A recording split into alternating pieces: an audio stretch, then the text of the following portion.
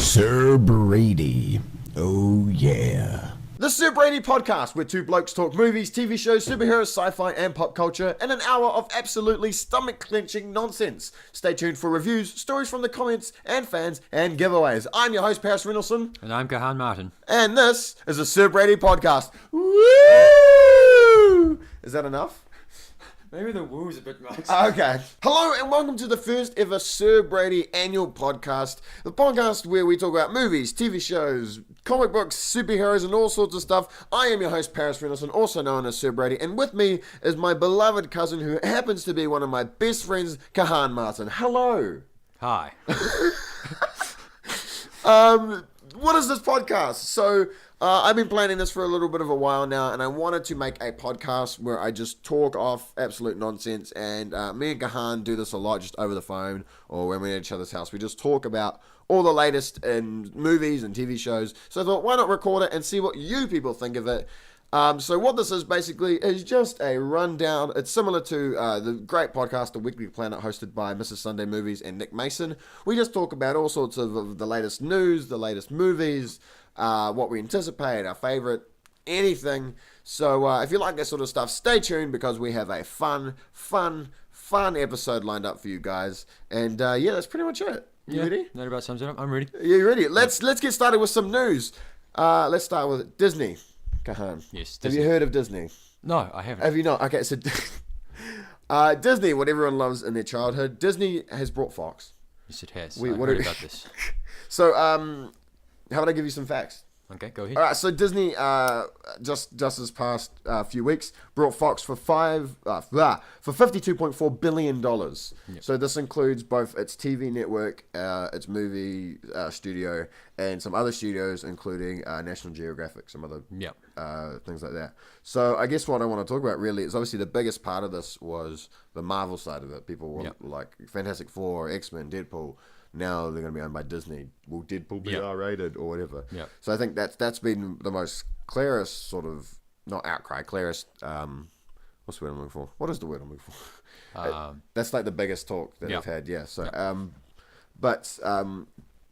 I guess real quick, we'll rattle off some things. Well, before we start any of that, I guess I could say that, well, both of us as Marvel fanboys were just glad that Marvel's finally got their hands on the other properties that they didn't have. Absolutely, because I guess hopefully that opens the door for a bigger sort of, I think more continuity within those franchises, Yeah. and also just a bigger sort of Infinity War. I don't know, Yeah. because it's funny because I've been wanting it for so long, but now that it's here, I'm like, does that mean they're going to sideline some characters? Yeah. But I mean, because what I found interesting was they've made a brief deal just before with Guardians Volume 2. Yeah. They actually made a little deal then to allow Ego the Living Planet Yeah. to be a part of the Guardians film because that was technically a part of the Fox stuff. Yeah. Because, I mean, we've talked about this before, the two of us, about where Marvel's going and what we think they're going to do in the future. Yeah. And how, like, I personally felt that after Infinity War, that they've really got nowhere else to go. The viewership will start dropping a little bit because,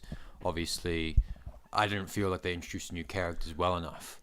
You know, Yeah. but now that X-Men is going to be part of the future of Marvel, quite possibly, it's going to kind of revitalize at least my interest in the Marvel Cinematic Universe. And because those characters are familiar, whether they recast some of them or not, you're familiar with Wolverine and Jean Grey and Cyclops and Storm and Beast and all those characters. So putting them in with the Avengers is good, I think, in a way because they're familiar. Yeah, they may be slightly different to what you've already seen, Yep. but they're familiar enough that you will be sort of still invested in their character and this new Yeah. side of the universe. Yeah, because, like, personally, apart from Doctor Strange, probably, there wasn't many characters that were introduced in the second phase that, you know, really got me, like Iron Right. Man and Captain in the first phase. And it was a bit like after Infinity War, when obviously if they die or not, they're going to bow out. That, you know, how would they invest my interest? Absolutely, you know? yeah, And yeah. like if they have these X-Men characters, not properties, X-Men characters, then at least I might hang around and see what they're going to do. Yeah, exactly. And the thing about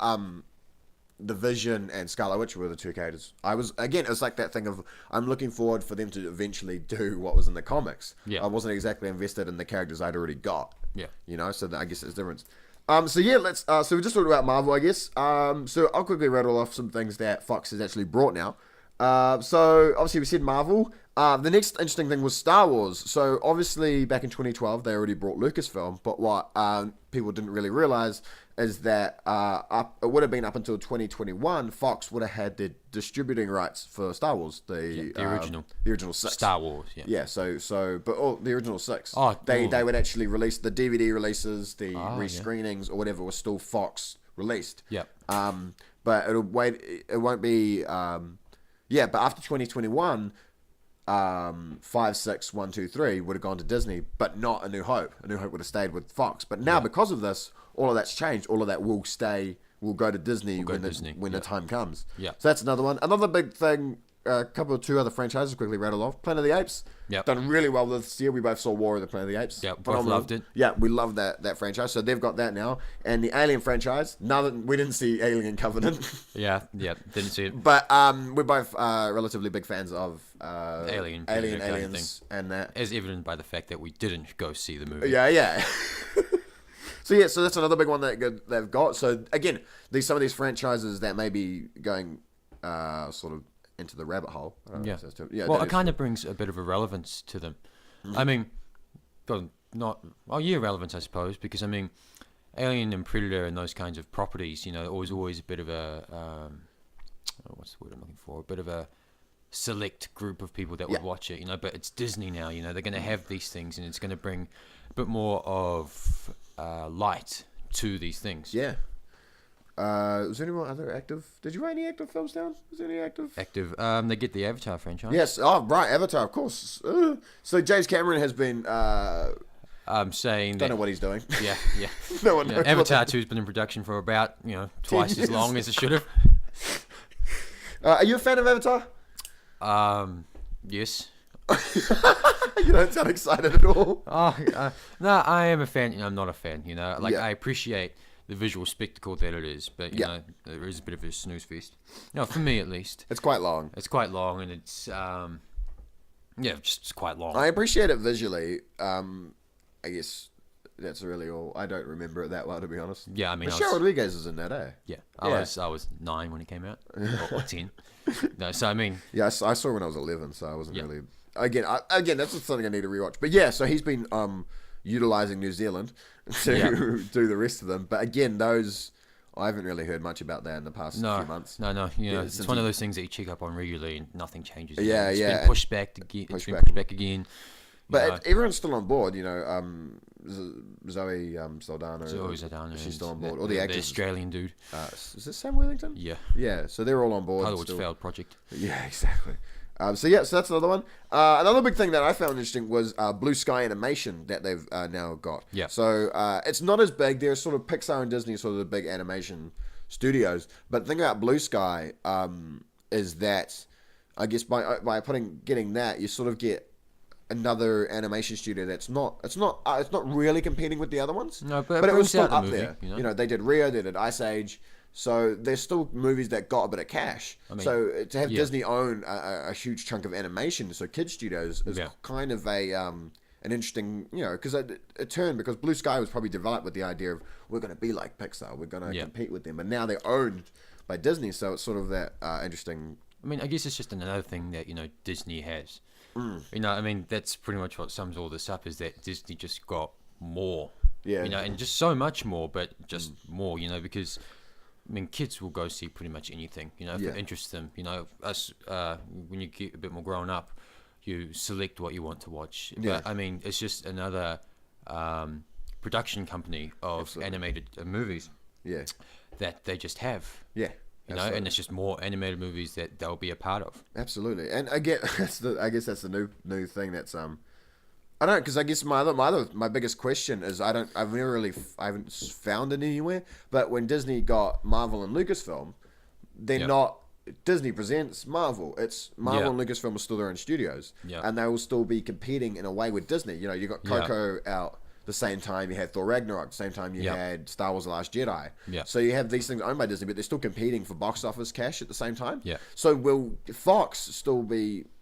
Well, Fox be like that as well. Yeah, that's a great, and I'm sure it's been answered. I just haven't been bothered looking at it, but I think it's interesting if that is like that, because that goes back into So there will be Blue Sky Studios still. There will be these franchises, and they're not just going to be swept under the rug and the odd one brought up.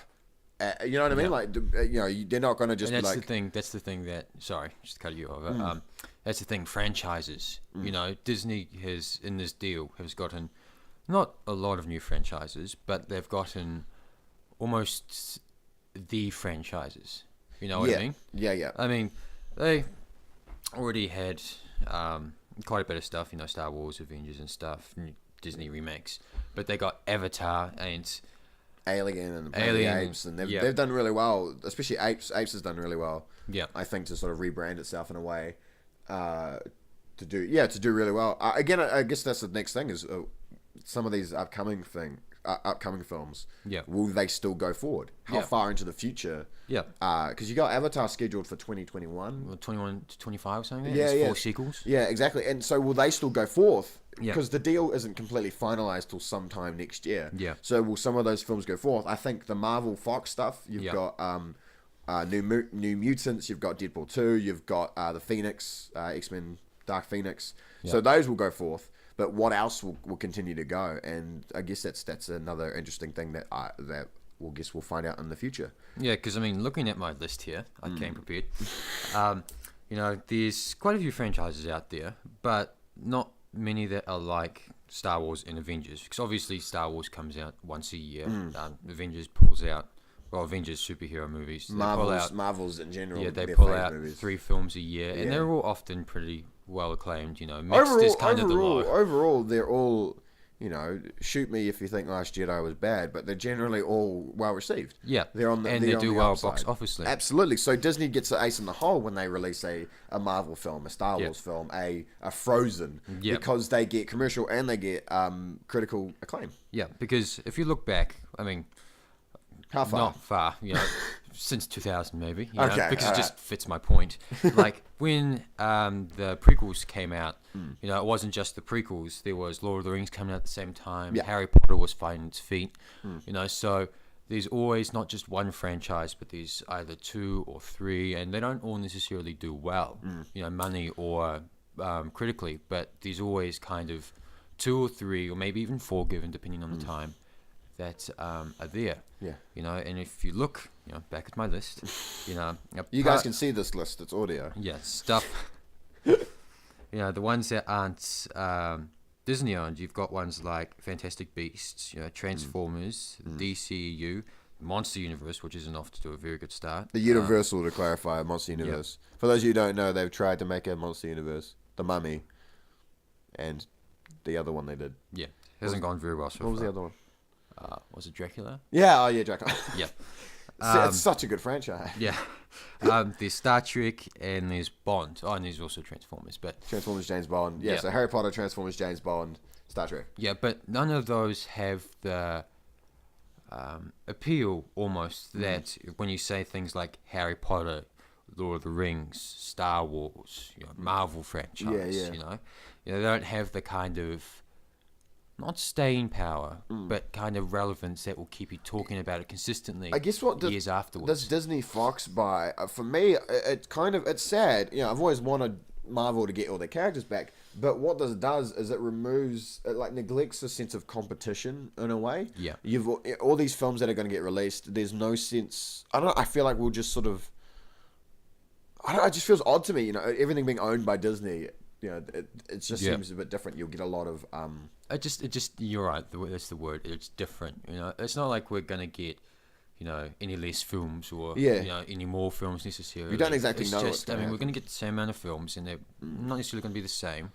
But it's just the fact that they're all owned by one company. Yeah, and it feels weird. You go and pay to see all these different films, but really in the back of your mind, you're like, this is all just going to the same guy. It's all just going back to Disney, which it's not a bad thing. They're doing good stuff, but I guess I just kind of feel it just feels different. As a not a serious moviegoer, but as your more of an interest in your above average moviegoer, you're aware of these kinds of things, and you just think, oh wow! I mean, you think on one hand, Disney just did a really great film. But it'd be like, it'd be even cooler if it was a really good film, but not Disney. Yeah. Give the little guys a chance. Yeah, You know, it's that kind of thing. that competing sort of thing. Yeah. But yeah, so real quick, let's rattle off. We won't really go in detail.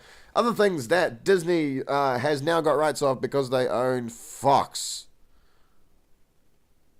Sorry, I just looked at my phone. Yeah, I don't bit know of what vocal happened. time too. I got a message. So, Night at Museum, Home Alone, Alvin and the Chipmunks. Good, bad. Do you like them? I like some of them. Okay, good. TV shows. This is the other big interesting thing because Disney's not really.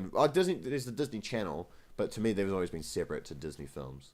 Yeah. So now that Fox has got Disney has Fox, you got shows like Modern Family, Empire, Simpsons, American Dad, Family Guy, X-Files, The Gifted, King of the Hill, Futurama, 24, Buffy the Vampire Slayer, MASH. So all these shows now, yeah, obviously some of those don't air anymore, like MASH and Buffy, but they're now owned by Disney, and I guess what's their future? Because obviously we know now that Disney is trying to separate from Netflix. Yeah, because that raises that question, doesn't it? You know, they have so much content now, because once you add the movies onto that, you know, Star Wars, Avengers, Avatar, like we said, the Disney remakes, even, we didn't mention those. Yeah.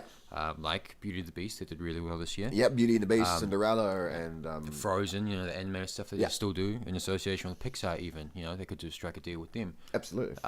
They have enough content to start their own platform, you know? They could pull this stuff away from Netflix and HBO and stuff like that. And, I mean, I won't lie. I mean, I don't buy many DVDs these days. And I watch a lot of stuff on Netflix. So, you know, I would pay, if it's like a Netflix price, you know, I would pay $12 to have access to all that kind of stuff. Right, yeah. Yeah, exactly. And that's the I guess the difference now is it's not even a difference. It's interesting to think now that Disney is big enough to do that. Absolutely, that they can have their own little, you know, the Disney app. You know, it's next to your Netflix on your TV or whatever, and it's got a lot of what you may have watched growing up. They're just Pac-Man at this point, aren't they? You know, they're like they're eating the pebbles and they're scaring away the other ghosts. Yeah. Scaring away the ghosts. They get so much power, you know? that they go. And then if they get close enough, they eat the other ghosts and absorb the company. Yeah. That's official. And if they're not that's careful, official now. Disney is now Pac-Man. It's Pac-Man. Yep. Oh, this just in, Disney brought Pac-Man. It's that thing. But it's absolutely that. Oh, that's a really good analogy. It is Pac-Man the game. I don't know why I specified. Yeah, the game because there is more. Pixels is not. Yeah, but Disney has almost become Pac-Man in that sense. Yeah. That they're eating all the ghosts up. Yeah, the dots around and money. the dots, yeah. And then they get the big blue Powerball. Yeah. And then they just absorb companies. Yeah, absolutely. And I guess that's a really just it's not even scary. I just think it's we've never had that before. Never had it before. That's the thing. It's treading new ground, and that gets audiences and people in general to just be like, okay, will they abuse this? And it's completely up in the air. I guess that's. Yeah, because I mean, I won't say everyone notices it, but I mean, you know, when the shorts are on the TV, obviously at the end they have like one screen of like credits, you know, like these are the actors there, and I mean, it's only like a second, but the Disney logo's on there. Absolutely. You know. But I mean, imagine. I mean, you could see it quite. You know, every short there's a Disney logo at the end of it. You know, you know, and you could just you can really Okay. I mean, you could just easily see it happening, and it's not necessarily a bad thing, but it's just, as you said, it's something that we haven't seen before. Absolutely. Cool. All right, that's Disney and Fox. News. There's not much going on, I don't think. Either that or we didn't look very hard. But today we got Probably a first the look. second one. Today we got a first look at the Solo movie. Back to Star Wars. There we go. What a shocker! Believe it or not, the next thing we'll talk about is Star Wars. Yeah, let's stop talking about Disney, but start talking about Disney. Yeah.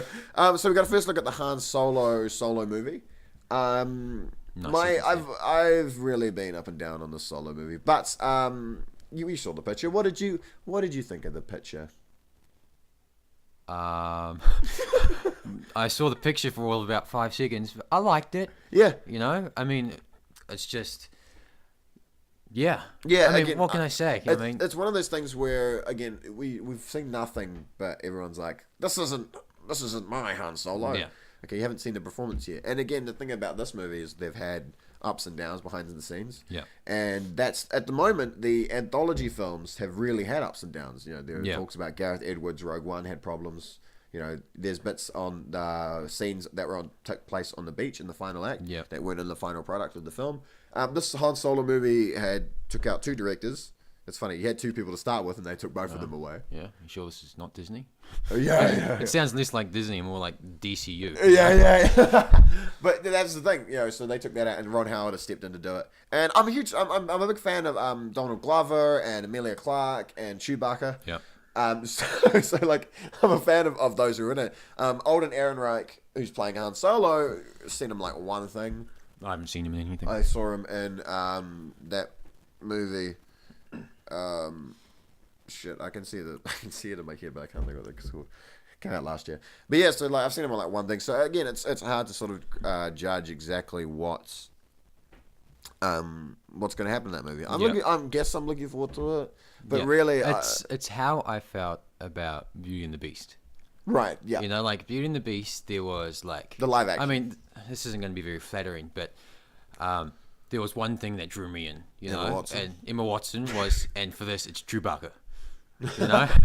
I mean, not very flattering to Emma Watson. Is the same reason Emma Watson drew you in, the same reason Chewbacca's, is it her looks? Oh, yeah, totally. Yeah. Emma Watson's looks and Chewbacca's looks. That hair. Yeah, luscious.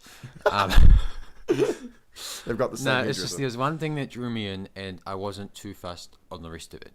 I mean, I did end up really liking Beauty and the Beast. Right, but before it, I didn't know much about it. I was not too interested in it, and I was like, I saw it on. You like the original, right? Yeah, I like the original. Yeah. I saw it on a whim, and I really liked it. But that's exactly how I feel about this.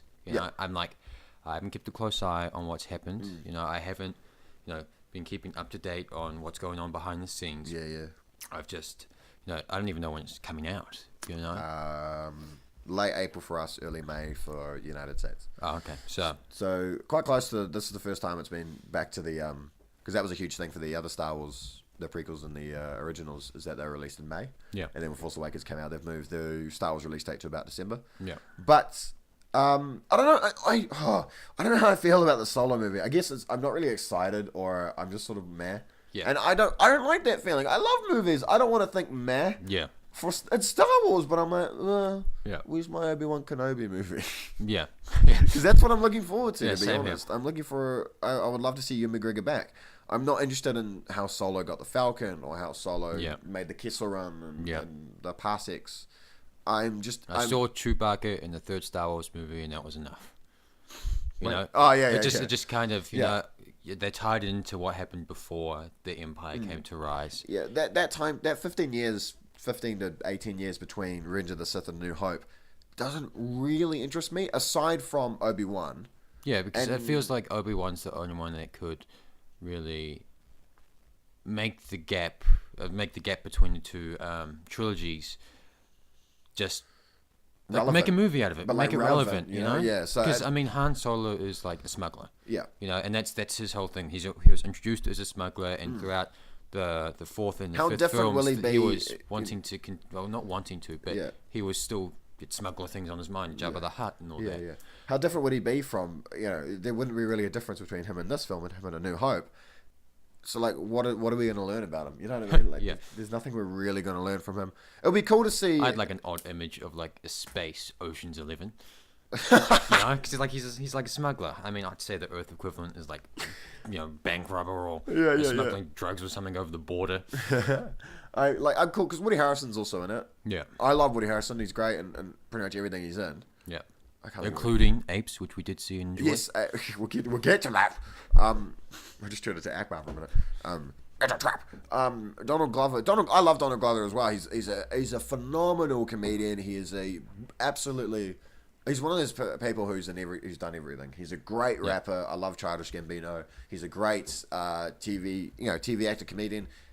He hasn't been in many movies yet, but what I've seen of it, he was in Spider-Man: Homecoming this year. I'm looking forward to seeing him and more stuff. And that'll be cool to see him as Lando. Yeah. But really, again, like you said, Chewbacca, Lando.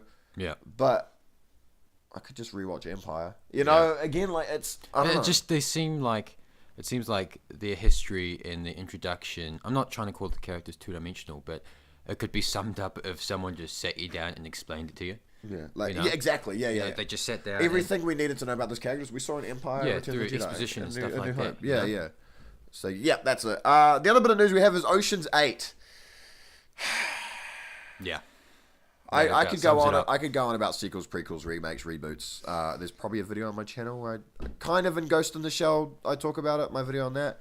Check it out. It'll be in the link down below. But do you like oceans? Do you like the ocean? Do you like the sea? The salt water filling your lungs? Oh, no. Okay. But I do like the Oceans franchise. Yeah. So this is Matt Damon and Yeah, George Clooney. it's like the female equivalent of. Because one of them's related. So Sandra Bullock is the lead in this, and she's related to George Clooney. I think that's what it was. I think that's what it was. Yeah. Because when I first saw the trailer, like the first shot of the trailer is her just sitting in a chair or something. Yeah. I thought that this was like Oceans, like it was like real Ocean's 8 because I forgot for a second that it was actually who's the woman? It's not Julie Andrews. Yeah. No, Julia Roberts. Julie Roberts. Yeah. Yeah. Oh, that'd be a different movie. It's Julie Andrews. Julia Andrews. Andrews. You The know, hills are alive. With my head getting zapped. so I thought, that was just another Oceans film because yet again I didn't know about it before I watched it, and then it just turned out it was just like a remake, But that's the thing, it's not because it's actually connected to the other three. Matt Damon has apparently got a cameo. So I don't know. Again, I don't care. Oh, but that's like a remake without saying it's a remake. It's like, don't- this person is distantly related to a character that was in the original and a cameo, and now it's not a remake. Because real quick, I want to tell it because I don't want to go too long onto this, but this is the same problem I had with Ghostbusters. Yeah. When they did that, it's not that it's women replacing men. Yeah, we love women. I mean, what an odd thing to say. Heads up, but we both leaned into our mics when we said we love women. So we love women. It doesn't make it too awkward. Not too. No, it's not one of those. We're women hating. It's if you want to make an original, like I just think original was way better route to go than remaking a film like Ghostbusters or Ocean's 11. Yeah, they're not because as the much greatest, as but they're Oceans, great. I like the Oceans franchise. Yeah. At the core, they were just funny heist films. Yeah. You can do a whole woman cast heist film without it being tied to Oceans, because if you just named it something else and you gave its own plot, well, not its own plot, because I can't say that's a recreate of the plot, but if you just didn't label Oceans, then you wouldn't get almost the second glance that people will give it. It's like, Because I'm not even that sure that Ocean has got the pulling power. yeah, Like I'm not even that sure. that's why would you call it Oceans? I'm on the fence on whether or not Oceans will actually get more people in if it was just a big film like Bridesmaids. Bridesmaids was huge. It's it was that I loved it. I think that I love Bridesmaids. I think it's great. Yeah. And Pitch Perfect was the same. I think it's sort of this sort of girl powering but it's cool for guys can watch it as well. Like we enjoy it just as much. And if this is what they're trying to do, like try and get women and more to see these films, I don't think rebranding a old franchise works because. I mean, and it just the whole. I mean, of all things, you picked Oceans 11. Like a whole group of guys. When did that come out? 2000? 2001 or something. Yeah. I know, like it was just a whole group of guys. There wasn't even like a token, chick in there. It was just a bunch of guys, and they did the heist thing. And there has no double meaning or anything. But then you just replace it with just a bunch of girls. It makes the issue suddenly, not issue, but the difference so much more apparent. Yeah. And it kind of seems like they're putting emphasis upon it. Yeah. It's like Absolutely. it was all guys before, but now it's all girls, and it just seems unnecessary. Yeah. I completely hear that. Yeah, it's good because I'm sitting right next to you. Yeah. I think that's I've got nothing else to say. I don't know. The trailer was meh. Yeah. It was alright. Rihanna was in it. I like Rihanna as a musician. She was okay in Battleship. Yeah. Okay. New piece of news now, so it doesn't look like we just hate on women. Ben Affleck's Batman. Is that news? Is he in? Is he out? Is he in? Yeah, but the question is he out? No, it's Yeah. Obviously, if you pay any attention to the DCEU, which, according to the critical reception, you don't. Yeah. For years now, well, not for years, but for the past couple of years. Since 2013. Yeah. So for the past 2 years, it's been on and off whether Ben Affleck's going to stay on board. It's like my as relationships. Batman. Okay. Moving on. You know, Yeah, it has been. And reports came out recently that he was going to get replaced by Jake Gyllenhaal after the Flash movie, which is Flashpoint. And they were going to use it as a soft reboot for the franchise. Yeah. Here's the question, Paris. Okay. Would you or would you not like to see Ben Affleck replaced as Batman? I personally, I love Jake Gyllenhaal, Yeah. but he can go fuck himself. Yeah. No, I don't know why Ben Affleck wants to leave. Maybe Yeah. I do. It's the money. Yeah. I think he's done it really well. Justice League is up and down, Yeah. and I don't think it's his fault. His character changed a bit. Yeah. He's a good actor. Yeah. He's a good Batman. Yeah. Why would you leave? Yeah. People love Batman. Yeah. And like the thing is, there's only like 6 Batmans ever. Yeah. I mean, the same could be said Adam about West, Bonds. Michael Keaton, Val Kilmer, George Clooney, Christian Bale, Ben Affleck. Yeah, the same thing could be said about Bonds. But I mean, there's a type of thing about being like Batman. Like if I was Batman, Yeah. I would have to get like so much hate, and not even my castmates want me around for me to stop being Batman. I'd have to severely, struggle to put on the Batsuit, which is a sentence that I don't think The car doesn't go on.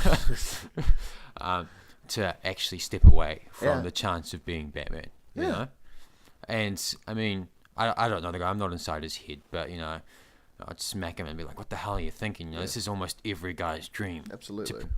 To portray Batman." And I can understand if he needs a break from acting, or maybe there's, he's had. It sucks because he was really going through some tough personal issues during. Yeah. He was going through personal issues, and then he There's suddenly. divorce and Yeah. alcohol problems. Yeah, and then he What got a great Batman. But then his Batman v Superman got panned in a way. Yeah. Although his performance was His performance was well received. You can sometimes when you do a film that can also blind you in a way, Oh yeah. If I ever took a step into Hollywood and my first movie was panned, I'd probably go crying even back if your role was well received, having the whole movie panned in a way, and even have your movie underperform at the box office. Absolutely, it's Batman and Superman. Yeah, it got 800 Million or 50 mil whatever or it whatever, was. which is huge for us. Yeah. But it's quite minute considering the fate in the Fast and Furious this year got a bill. Yeah. And Paul Walker's dead. Yeah. And that was a That bit. sounded a bit insensitive. Yeah, but you know what I mean. The reason why, in my personal opinion, the reason why Furious 7 got so much money. I think it did contribute a little bit because Paul Walker had unfortunately passed away, and I think there was so much around that. But I didn't see Fate the Fast and Furious. I did. Was it good? I didn't mind it. Okay, cool. Anyway, back to Ben Affleck and his Ben problems. Affleck, Ben Affleck and his problems. If you ever need advice, Ben, I am here. If you don't need advice, I am here. But yeah, just like you, I like Jake Gyllenhaal. He's probably one of my favorite actors. But I'd like to see Ben Affleck get a shot to do an own solo Batman film. I've been quite adamant about him doing a Batman film that's similar to like an Arkham game. Yeah. Where it's maybe Deathstroke is the sort of initial villain. Yeah. Valerian. Yeah. Deathstroke is the initial villain, and then maybe Joker's pulling strings, Yeah. and you have to go to Arkham, and Yeah. Killer Croc's there, or something. Getting some good look at Deathstroke or Killer Croc or some other Batman villains aside from the ones we saw in the Dark Knight trilogy or in Burton's Schumacher verse from the 90s. This is not another totally, but this is a totally shallow reason for why I don't want Batman to change. But I like the Batsuit. I don't want you to leave me because you look sexy. No, I like Christian Bale's portrayal of Batman, but I mean, the gargling marbles. yeah, but I mean, it's just so you felt stiff watching it because of the suit that he was in, Yeah. I personally did at least, but I like this Batsuit, and I just don't want it to change because obviously, if you change the Batman, you have to change the Batsuit. Yeah. But yeah, So overall, Ben stay. Affleck should stay at least for one. Yeah. All right, let's get into Star Wars. Okay. So unsure. Yeah, I'm just going through my papers. Like, are we going back to Star Wars? Yes, Star Wars. As I wrote down, 30 minutes to an hour. Yep. No, I wrote 30 to an hour. Oh, and by the way, if you're still around, congratulations. Yeah, congratulations. We have no rewards, No. just our thanks. Just thank you. And Just write down your address and I'll come give you a hug. he won't do that because that is really, really creepy. Yeah. Yeah, it's creepy. Star Wars: The Last Jedi. Yes, what a nice segue. What a Segue. Star Wars: The Last Jedi is like a creepy man hug. Oh my god. Anyways, let me take over here. Star Wars: The Last Jedi came out 2 weeks ago now. Yep. From New Zealand. It's currently grossed about 850 million. Yeah, it's over doing the really past well. 2 weeks. It's Doing doing really really well, tracking well. But we're not here to talk about the money. We're here to actually talk about the movie. Do you like the movie, Paris? I like money. I did like. Okay, so Star Wars: Last Jedi for me was a fresh. Biggest criticism: Force Awakens. You can argue this if you want. You probably agree. It felt too much like a New Hope. General consensus now. Yeah, it just felt too much. I mean, doesn't mean it was bad. You can understand why it was necessary. Absolutely. But it's just in hindsight, it's like pop on A New Hope or The Force Awakens, and you can just see how much it will remind you of the other. You know, that's not necessarily a bad thing. No, it doesn't. It doesn't mean that the it does not mean at all that it's bad because of it. Like I don't think at all it means it's bad. I just think it was clearer afterwards. Yeah. And there was no. I think it's just a vague story outline. I don't think. Yeah. Finn and Rey and Poe. I mean, they're not exact replicas. It's just story points. It's Jakku and Tatooine. Tatooine. Starkiller Base. Death Star. Death Star. Yeah. Kylo Ren and Hux and Plagueis, Darth Vader and Sidious and the Admiral dude. Whatever his name. Tarkin. Yeah, Tarkin. Tarkin it was just. Or you could just see the placeholders, that they had, and they were like, we fill them and attract the people again. But what I liked about Last Jedi, I think, was because I think you look at Rotten Tomatoes and you hear the consensus, people are trying to get it banned. Oh, by the way, just never listen to Rotten Tomatoes unless it's like 15%. Make up your own mind. For a movie. I've got that's a story for another day about Rotten Tomatoes. But I think the thing about The Last Jedi. Oh, by the way, spoilers for The Last Jedi. Oh yeah. If you haven't seen it yet, you're obviously spoilers. A bit late for The Force Awakens. Oh yeah, for The Force. It's kind of like A New Hope. Spoilers. But if you haven't seen Last Jedi, I'm sure there's a reason. You're probably unconscious. So The Last Jedi. Coma. Sorry if that was insensitive to. I'm sorry if you're in a coma. Actually, let's not dwell on this. Okay. The Last Jedi was So The Last Jedi to me was, I think, a really good way of sort of telling some of the hardcore fans that not that their opinion doesn't matter, that that we're not gonna hand feed you what you want. Yeah, there was 2 years of speculation. You had Plagueis, you had Rey, you had all these things being speculated. And the movie came out, and it was, bless you. And the movie came out, I know you coughed, it wasn't a sneeze. The movie came out, and it wasn't what people were predicting. Plagueis wasn't Snoke. Yeah, and Snoke died. And Snoke died. Yeah, so like that parallel wasn't there. Rey's parents weren't, well, at the moment, that could change. Rey's Luke was not Obi-Wan Kenobi like we all thought he would be. Or at least I thought he would be. Be like Obi-Wan, yeah. But Rey's parents weren't Skywalkers. They weren't nobodies. They were nobodies, which I really like that turn. Yeah. I think that's a really cool thing where you don't have to be a Skywalker. You don't have to be a Kenobi. You don't have to be someone who's connected to a lineage. A lineage. Yeah, to be the Force. to be a Jedi, to be a part of the Force, Yeah. And I think that's a cool turn. I mean, like in hindsight now, I agree with you. But initially, I was like, "Oh, she's not a Kenobi." Yeah. Because then it's like, "Oh, they can't do an Obi-Wan film based off that now." Yeah, no, I know. But I think there were some things, and you predicted this, which I admire you for. Yeah. Luke chucking the lightsaber. Yeah. Because we made this, we sort of made predictions before we went in, and then Cahan got it right. He at the beginning there, when Luke gets given the lightsaber, he just just threw it behind you. He's gone. And I think those little things, that just before you get into that scene alone just let you knew that you were in for a totally different film than you were expecting. Absolutely. And I mean, this is Luke Skywalker, this is the lightsaber that he wielded. Yeah. His father wielded. Yeah. And he just threw it behind him, not knowing if it would fall into the water or not. Obi-Wan held on to that thing for 15 years to give to him. Yeah. And Maz Kanata held on to it for a while before giving it back. Orange Lady, yeah. Yeah, before giving it back to sort of the people who could give it to Luke. Yeah. And he's just like... I don't want it. He doesn't want it. And that's the thing. And I think, there are fans who admire that lightsaber, but Luke, he's so, I guess, tormented by what he's done in the past of the Jedi that he's like, I don't want this. Yeah.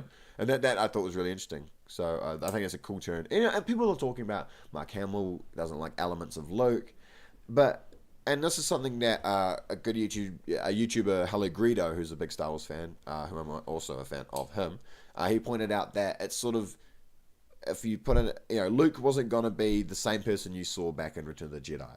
Yeah. The person you've read about in canon comic books. Yeah. He wasn't in a time capsule that you buried in 1980 and then opened it back up in 2017, and he's the same thing. I'm not the same person I was a year ago. Neither are you, Cahan. Yeah. And then people change, and I think as a character, for someone who's been... Why'd you say it like that? What do you mean? Neither are you, Cahan. Neither are you, yeah. But you know what I mean? Like, people As change. if to say that the person I was a year ago is not a person that I want to be. But you know what I mean? Like, people change over time, and their experiences, influence their future and their past and all that stuff. So I think having him be the way he was it was different to Kenobi, which is good, I think. And that whole side of him where he's like, the Jedi must die, the Jedi must die with me, sort of thing. I thought it was interesting because it's something we've never really... everyone was all about rebuilding. He was about rebuilding at one stage. And he saw he wasn't like his father. He wasn't like the Jedi Order he had heard of. Yeah. He tried rebuilding, yet it failed the same way the Jedi Order of the failed. prequels had. Failed. You had one who was influenced and seduced by the dark side, and then would have turned, or did turn, as Kylo Ren did. Yeah. So I thought that was interesting in that sense. But yeah, I mean, just overall, just to sum it up, it's a different Star Wars film. Yep. We haven't had one quite like it before. I almost felt that, when Kylo Ren wasn't on screen and General Hux wasn't on screen, even when Kylo Ren was on screen for a little while, that almost had like an eerie comedic feel to it. Mm-hmm. That it didn't have this dark, almost not dark, but seriousness to it. That it's all good versus dark. Light versus bad. I got those the wrong way around.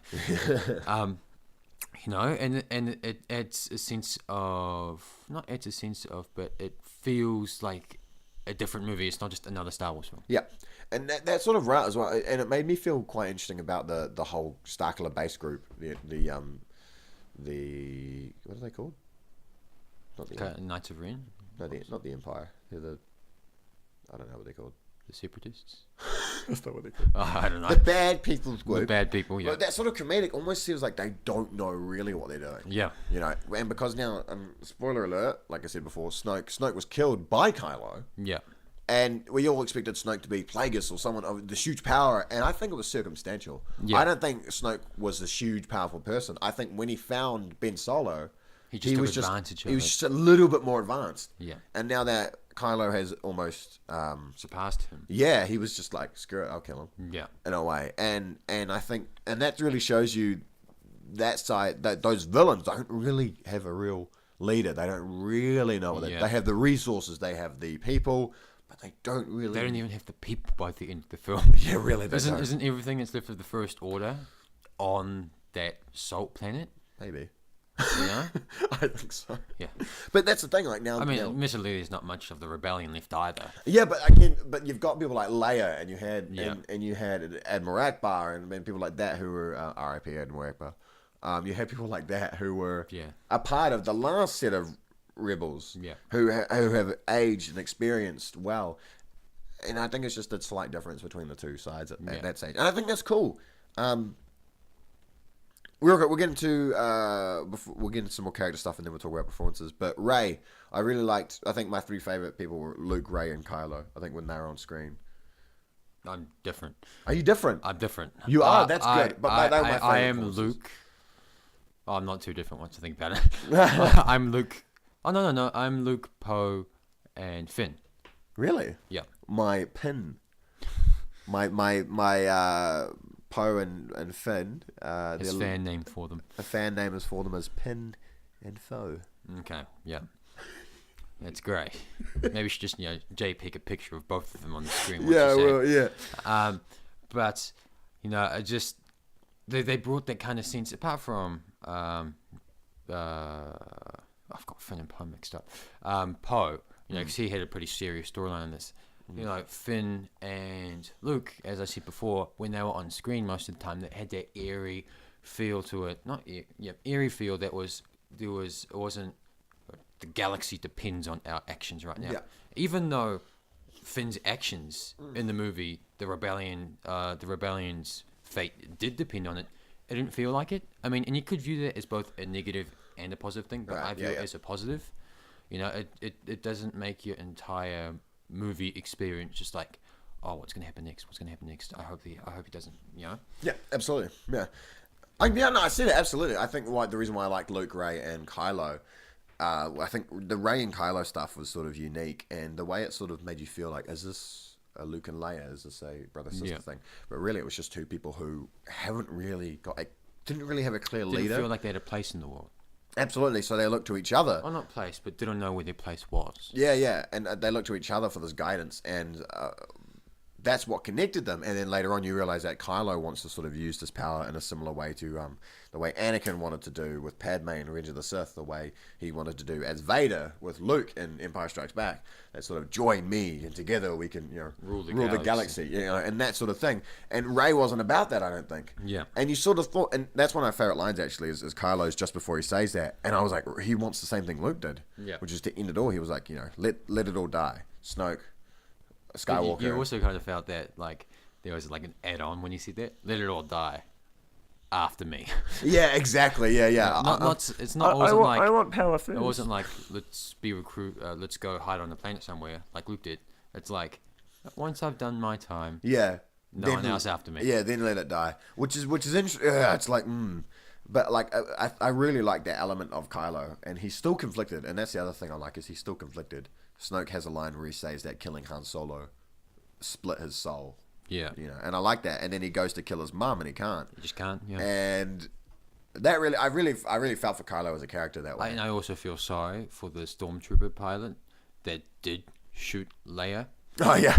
Because I mean, as we have seen throughout the past two films, he is prone to vicious fits. Yeah, Kylo. So that poor stormtrooper is not in for a good day. No, absolutely not.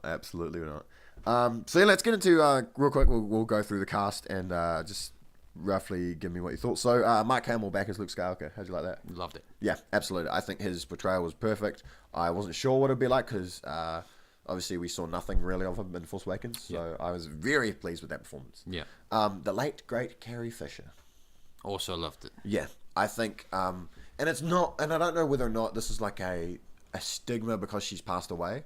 But I thought this was one of her best performances of her film. I've seen quite a few of her films. She's been in a lot of stuff. I've seen exactly 4. But no, I think this is 5. Sorry. I think this is one of the better portrayals of this current franchise, and I think she did really well. And I think her arc was cool. Yeah. And I thought her character was really well done, and I thought she just acted better. I felt her role was better in this one than it was in The Force Awakens. And I'm also, just as a side note, I'm kind of glad that she survived the film. Yeah. Because I mean, it'd be kind of sad to see the person's last film have them die in the film. That's a bit. You wanted to live on. Yeah. You know what I mean? Because movies, a nice ... Movies are timeless. Movies are timeless. So to have her live on like that is really cool. Andy Serkis as Snoke. I didn't know that was Andy Serkis. Did you not know that was Andy Serkis? No. Did I just tell you it was Andy Serkis? You just told me. That was Andy Serkis. Oh, okay. It's nice to know. Gollum's changed. Yes, he has. What did you think? I would actually like that Andy Serkis, all of Andy Serkis's characters, get together in a room and have a conversation. That'll be the most terrifying thing ever. Gollum, Kong. Kong will break the room. Snoke. Caesar. That dude, Caesar, that dude out of freaking Avengers. Tintin. The South African guy. Cuttlefish. Ulysses Claw. Whatever he played in Tintin. He was in Tintin. Yeah. What did you think? Snoke, was he alright? Didn't see a lot of him, but from what I saw, it was unexpected, but also expected. You kind of expected Snoke to be this holier than thou. I am the powerful. But the unexpected aspect was that he just wasn't. I mean, and that wasn't born from his performance. It just it was his character. It just was, because it happened to him like that. That was just unexpected. I thought it was cool. I thought him not really being anyone or not really being that powerful Yeah. was a cool move. Daisy Ridley, Ray. I like Daisy Ridley's performance, but I'm not big on Ray myself. Right, yeah. I just Yeah, we've talked about this before, but elements of Rey's force ability, and I've made my own sort of theory about why she's already so powerful with the force. Yeah. But I think Luke took a while to get his head around the force. Yeah, he wasn't instantly floating rocks. Yeah. Well, he was floating rocks, just small rocks. Yeah. So I'm a bit sort of. I understand why she's good with a lightsaber because she has a staff. Yeah, she's grown up. Yeah. Having to protect herself, so I understand that. But again, I love Daisy Ridley's performance. I thought her character, aside from little things, I thought her stuff with Kylo, like I said before, was good. But yeah, I'm iffy. But How did you feel about the hair? I mean, I know it's an odd thing to say, but not everyone can pull off a fringe. I liked her hair. I thought it was good. One of my favorite scenes, I think, overall in the film is that brief moment in the elevator with the two of them. Yeah. Where she's like, I felt you and I saw your future. I can help. We've briefly already talked about Finn, but John Boyega, Finn. Liked Finn. Yeah, he's I don't know. John Boyega kind of has a thing about him that just kind of draws you in and likes most of the characters that he is. It's the type of thing that makes the bad guys cool. For me, another person that has one of those, auras is like Christopher Waltz. Is it Christopher Waltz that I'm talking about? What do you think about? Inglourious Bastards. Yeah, Christopher Waltz. They just have an aura about them that makes them likable, even when they're absolute douches or whatnot. So it goes without saying that. Do you think Finn's a douche? No, when they do play douches. Oh, right. So it goes without saying that even though he's not playing a douche in this film, I still liked it. Right, yeah. Adam Driver, Kylo Ren. Oh, yeah. Yeah, I think it's great. There's not really much I want to say, just because I think that's for another time, but I think he's phenomenal. And I love his yelling. Yeah. Nachos! But no, his yelling and not just his yelling, his performance in general is really well done. But his yelling was rather phenomenal. I think he is. I do find that he's got comedic moments, but in some moments I feel like he's quite scary. In a way. Yeah, he kind of has that. Like when a particularly tall dude just starts shouting at you. He's a little bit. I can't tell if he's a little bit insane. Yeah. But there's sometimes I get that feeling. Oscar Isaacs, Paul Dameron. I like it. Yeah, I mean, we'll just go through the list and we'll say like it. But it wasn't. He's unique. Yeah. I think. I mean, it was Poe, and I like Poe, and it wasn't bad. I mean, he was the most run-of-the-mill performance. I think he's the most similar to what he was in the last film. Yeah. But that's good. I mean, all the performances in this film are good. I mean, I don't think there's a bad performance. All right, we'll get to it. Okay. Is that what you have to say about Poe? Well, yeah. Poe's good. It's just, yeah. Who am I missing? General Hux, real quick. Domhnall Gleeson. I love Domhnall Gleeson. Yeah. Gleeson. Yeah. So we got a few new characters. We had Laura Dern as Holdo. Yeah. Did you like that? What did you think about her, Admiral Holdo? Yeah. I mean, she was. I mean, it's another thing. It was like the unexpected again. Hitting those ships in light speed. No, well, obviously that was unexpected. No, her sort of she's a bitch at first, and then really. And then she's like, "No, this is how you do things." Leia taught me. Yeah. And that just sums up not just her performance, but the movie. It's just not what you think it is. Yeah. Kelly Marie Tran as Rose, Finn's new Rosie buddy. Oh yeah. Did you forget about her? No. You were like, oh yeah. No, I'm upset that first. I mean, it's gonna sound like character bashing, but first, I'm upset that she saved Finn, and second of all, I'm upset that she didn't die. I mean, I know that's a terrible thing to say. How dare you? Yeah. But I just felt the whole thing was. I hate it when movies kind of, when they deal with big things like war and subjects like that. When no one dies, I mean, you can still have a great film, but it just doesn't have that kind of impact that absolutely. It would. Yeah. So, and like Finn's whole moment, when you're flying into that, whatever it was, it was like... The miniaturized Death Star tech. Yeah. It would have been cool, because it also came like to the end of because he was running away at the beginning of this film. He was running away in Force Awakens. Yeah, and now he's finally got it. Now he's like, I mean, it is a bit cliche, mind you, but still, it it was nice, you know. It was kind of like it was Oh. learning. And that's almost also the message of the film, learning from past mistakes. Absolutely. Yeah, absolutely. Luke, Kylo Yeah. Ray, Finn, Poe. Yeah. Yeah, absolutely. And absolutely. to have this girl come along and not only save him, but survive saving him kind of upsets me because you didn't get that emotional impact. And then she didn't die, which is just another piece of emotional impact that just would not have come. That just did not happen, you know? But I liked the performance. Yep, same. I agree. Everything pretty much you said, I agree. I think her performance is good. I think her character was up and down for me. That whole subplot on that casino world, I think people say take the whole thing out. I think it was smart. No, I you think, wouldn't have seen those. What were they? Those deer things. Those were yeah, awesome. but I think there's a similar plot in the Clone Wars around the good guys in the bag. We'll get into this in a minute with Benicio del Toro's character.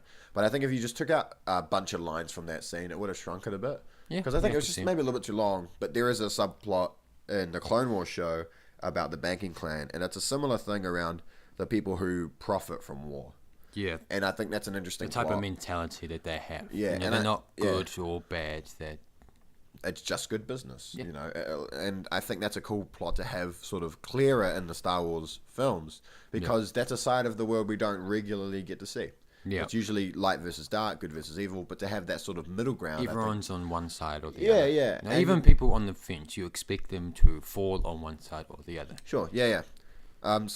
Gwendolyn Christie, Captain Phasma,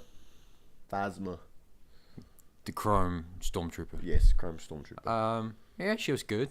I mean, it's just Brienne of Tarth in the Stormtrooper outfit. We saw her eye, you know. Saw her eye. They saw her eye before she died. Spoilers. But The eye before she dies. yeah, I mean, it was just her voice, you know. Yeah. But I mean, yeah. So we get Benicio del Toro's DJ. I like the performance. I hate the character. No, I hate the character. It's just, I mean, you get the whole point of it. It's just good business, but there's something punchable about the way he'll portray the character. You know? I agree. But, I yeah, mean, yeah. let's not pretend that, or like, I won't pretend that if he was a good guy in the end, I would have been like, oh, he's my favorite character. in the Yeah, film. yeah. You know, he's the shady guy, but then he becomes cool in the end. Yeah. Now he walked the other way, and now I want to punch him. You know? Yeah. But I think I liked the performance. I also liked there's that scene in the ship which I really enjoy where he was explaining to Finn that there was a couple lines in there. One of them was "Live free, don't join."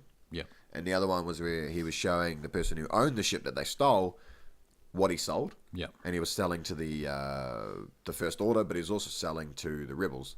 And I think that was a really cool sort of scene to include with a character who's really on both sides, or not on both sides. He's sort of in the middle. Yeah. And and then he has a line at the end before he his final sort of scene where he says, calm down, Finn.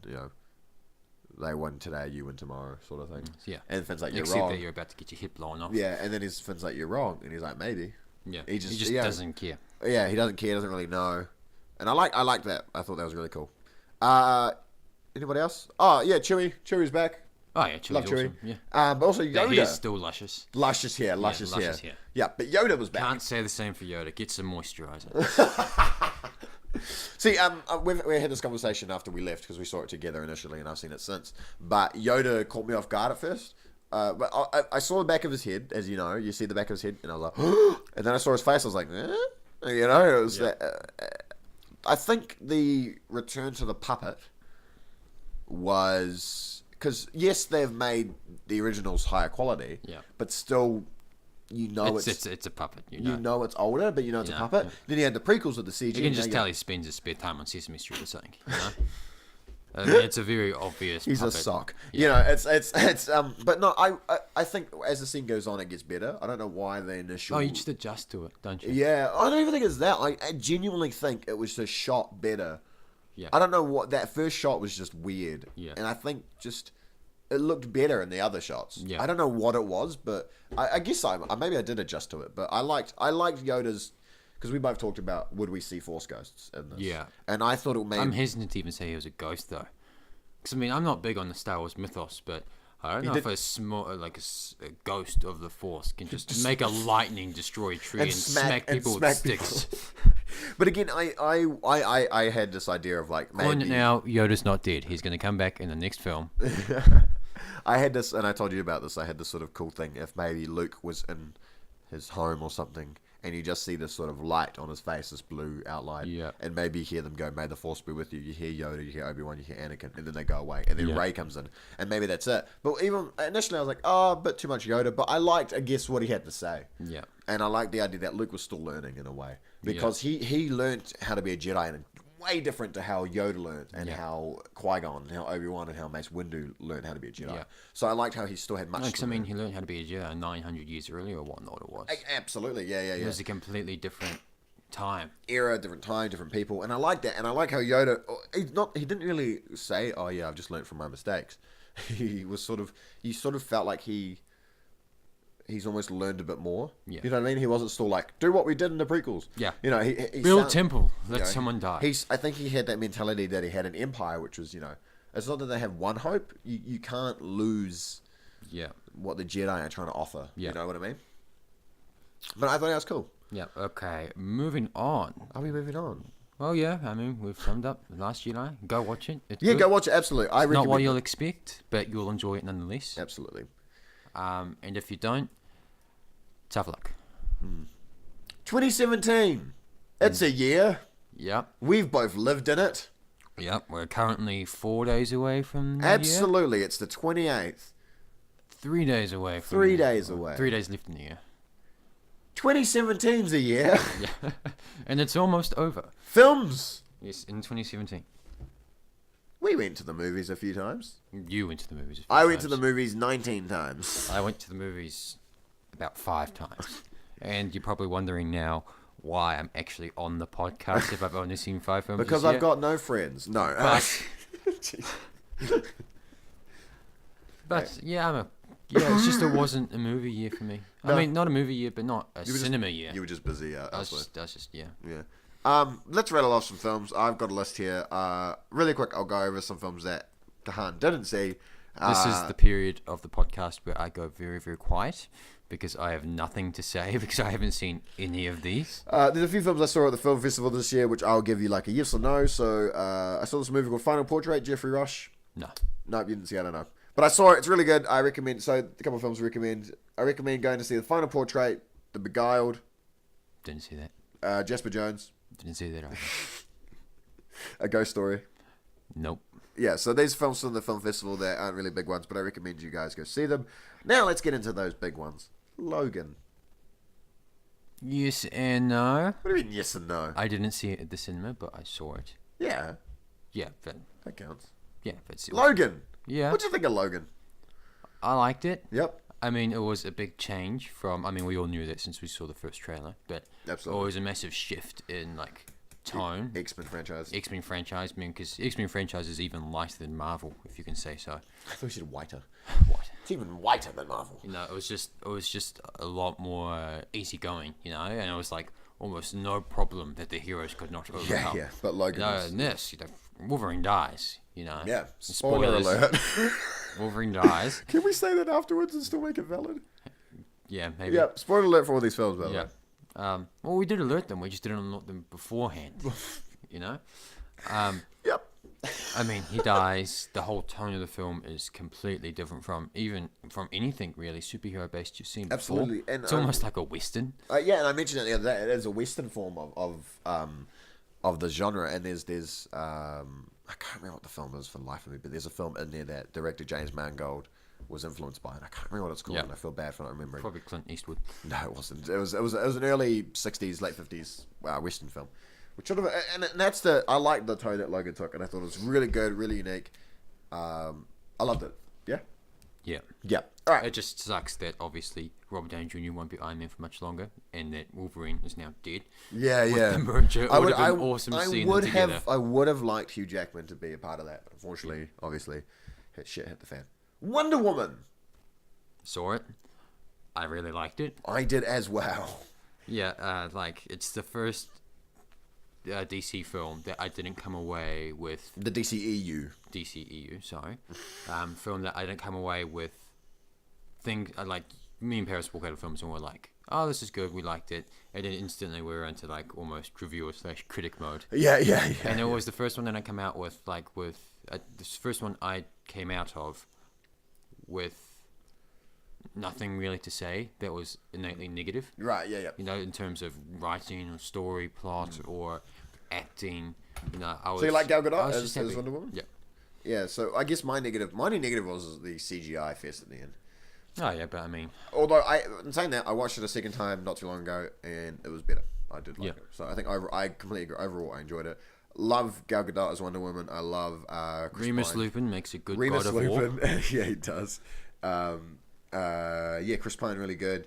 Their little squadron they have is really good as well. Yeah. I enjoyed those scenes together. Overall, I think Wonder Woman is a great superhero film, a great film in general. It's great. It's woman empowering, which is great. Yeah. I'm always hearing Yet that. again, we do love women. But no, I think overall it's a really good step for DC this year, Yeah. which we'll talk about in a minute whether or not they took a back step later on. Yeah. Justice League. Later on. Haven't seen it. Have you not? I won't go too much into it, but I enjoyed it.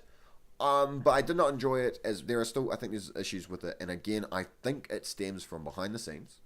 I think it is the Zack Snyder, and I think it's not him. I think there's somebody else behind the scenes that we've never really given a name to yet. Yeah, well, I mean, it's always easy to put things on the name, you know? Yeah, exactly. And it's never really on one person. I liked the performances. I liked it being a bit more pleasant. I don't think that was Josh Whedon, to be honest. I think that was. You thought it was always there. I think that was always around. Yeah, I know there are some changes and people pointed them out already. Yeah. Overall, I enjoyed Justice League and I recommend people see it. Yeah. It's on par with. This may sound mean, but it's on par with the least enjoyable Marvel films, like Incredible Hulk, Iron Man. Yeah, well, that's also a subjective Iron Man term. 3. But Yeah, but I sometimes I consider some of the other. I liked Iron Man 3, thank you very much.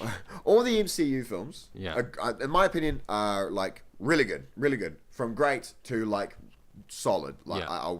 I can watch them pretty much anytime. Yeah. And things like the Incredible Hulk. And even though I did say earlier on in the podcast that we are Marvel fanboys, we just enjoy everything. You know, we don't needlessly hate on DC. Except Age of Extinction, I hate that movie. Transformers. Yeah, because that's a Marvel film. Just sidetrack. But no, I think Justice League was good, and I really think I suggest people see it. It's not perfect, but I do think it's an enjoyable movie. Okay, War for the Planet of the Apes. we saw that together. We did see that together. We've already mentioned it briefly, but we loved it. I love the Planet of the Apes franchise. Yeah. The reboot. Some of those old ones, they're a bit dated. Yeah, but I mean, it's a great film with almost the most human message. Absolutely. You know, it's funny, eh? It is ironic. It's You know, apes, but it's got a apes, but huge it gives human a very message. huge, it's a human message. Yeah, and I think the performances are great. The motion capture technology is phenomenal. Yeah. At the moment, it's still. They look better on screen than I would. Yeah. Let's just put it that way. Yeah, you're way hairier. Now you have to put a picture of me. Yeah, just to prove them yeah. wrong. What I'll do is I'll put some light hairy man on there instead of you. But no, I think Chewbacca. yeah, Just put Chewbacca on. There. luscious hair. Yeah. But no, I think it was a great spoiler alert for War for the Planet. Great send off to Caesar's character. Yeah. I think a great conclusion to it could be a perfect trilogy almost. I might have to rewatch Rise. It's one of my favorite trilogies. Absolutely, I think it's a great trilogy. It was a good send off to some characters, and it also connects quite well to the original. Yeah. The way it ties into that original film. Yeah. It's from the apes' point of view, at least. And there is no space time travel like Mark Wahlberg decided to do back in Yeah. 2004. But it's really good, and I recommend, if you haven't seen Planet of the Apes, I recommend you go and watch Rise of the Planet of the Apes, Dawn of the Planet of the Apes, and then War of the Planet of the Apes. They're really solid films, and I think, I recommend them to a lot of people. And they got better. Yeah. That's the thing. Yeah, they did. You know, you can't say that about a lot of stuff, that they get better. You know, because each, maybe yeah. it's just point of view and we like to hold on to what the first one was, but like, I'd say the first one is the weakest. Sure. Yep. You know, the second one's the second best and the third one's the best. Yeah. I'm on board with that. Guardians of the Galaxy, Saw that. Volvlom 2. Yep. I'm not on the fence, but I liked it and I didn't like it. Okay. I didn't like the first act, but I liked the second act. You know, I mean, there's third acts to a film, but I didn't like the first half. Liked the second half. Right. Yeah.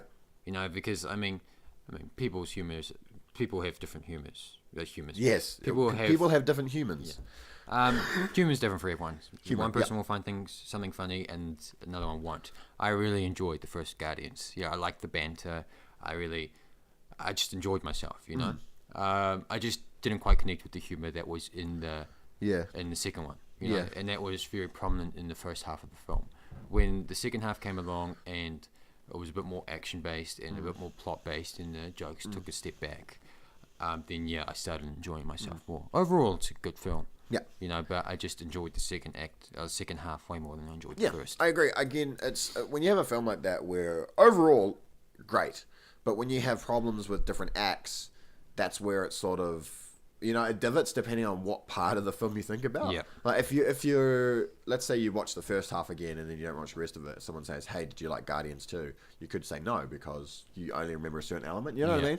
And I agree there's probably different parts of the movie for me that go up and down. Yeah. It's pretty much a roller coaster for me at times. Yeah. It doesn't go really far down. Like there's not a moment where I'm like, this is dumb, I hate it. It's just sort of up and down with how I felt it. There's just parts when, the audience chuckles around you and you're just not chuckling along. Yeah. You know? I mean, never, when you're in a cinema, you never feel more alone when that happens. Yeah, absolutely. Like the collector finds it funny, but you're like the one that's like, I don't like fart humor. I'm above that. Absolutely. Real quick, I'm gonna. I watched To the Bone and Okucha on Netflix. And I did not. Neither not. You can go home and do it. Oh yeah. But I recommend some of those Netflix original stuff. I'm up and down on. No, maybe I'm more up. I'm up. But you're also down. I'm also. But no, I recommend going to watch To the Bone. I think it's a really cool movie around the mental side of sort of physical. Mental problems. I mean, that's such a broad and insensitive sounding term. But it gives good insight, I suppose, for what it's like to be a person with a mental health issue. Yeah, exactly. And I think it's respectful, I think, because it was... I can't remember if it might be written and directed by someone who's gone through anorexia. Yeah. But it's really respectful. Lily... Collins. Lily Collins is... I watched it, I swear. Lily Collins, I think, has a really great performance. She physically also... I applaud her for physically... I can. You have to applaud anyone who does that. Absolutely. And Keanu Reeves is quite fun in that movie as well. Yeah, but is he Keanu Reeves? No, that's the thing. He's like a...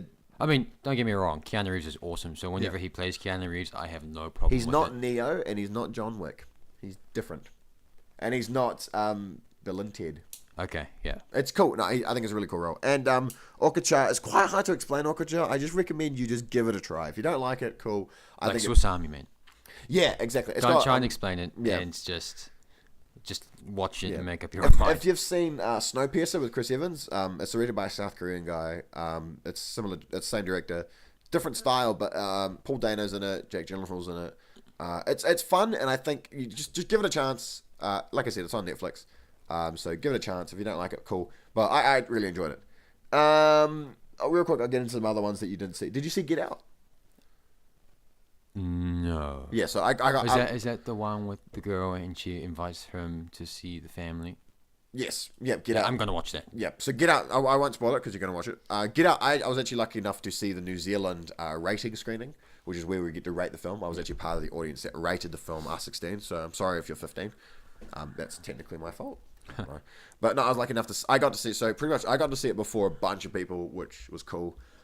Really great, really great. I love Jordan Peele. I love Key and Peele. I think it's a fun show. I like Jordan Peele. I think directed this really well. It's got great social commentary, but also it doesn't bash you over the head with it. Yeah. It's a good. I think it's the best horror film. I like a story. I like it when a story does that. It doesn't tell the story through talking and exposition and stuff like that. It lets the film itself tell a story. It's really well. It's well written, well performed.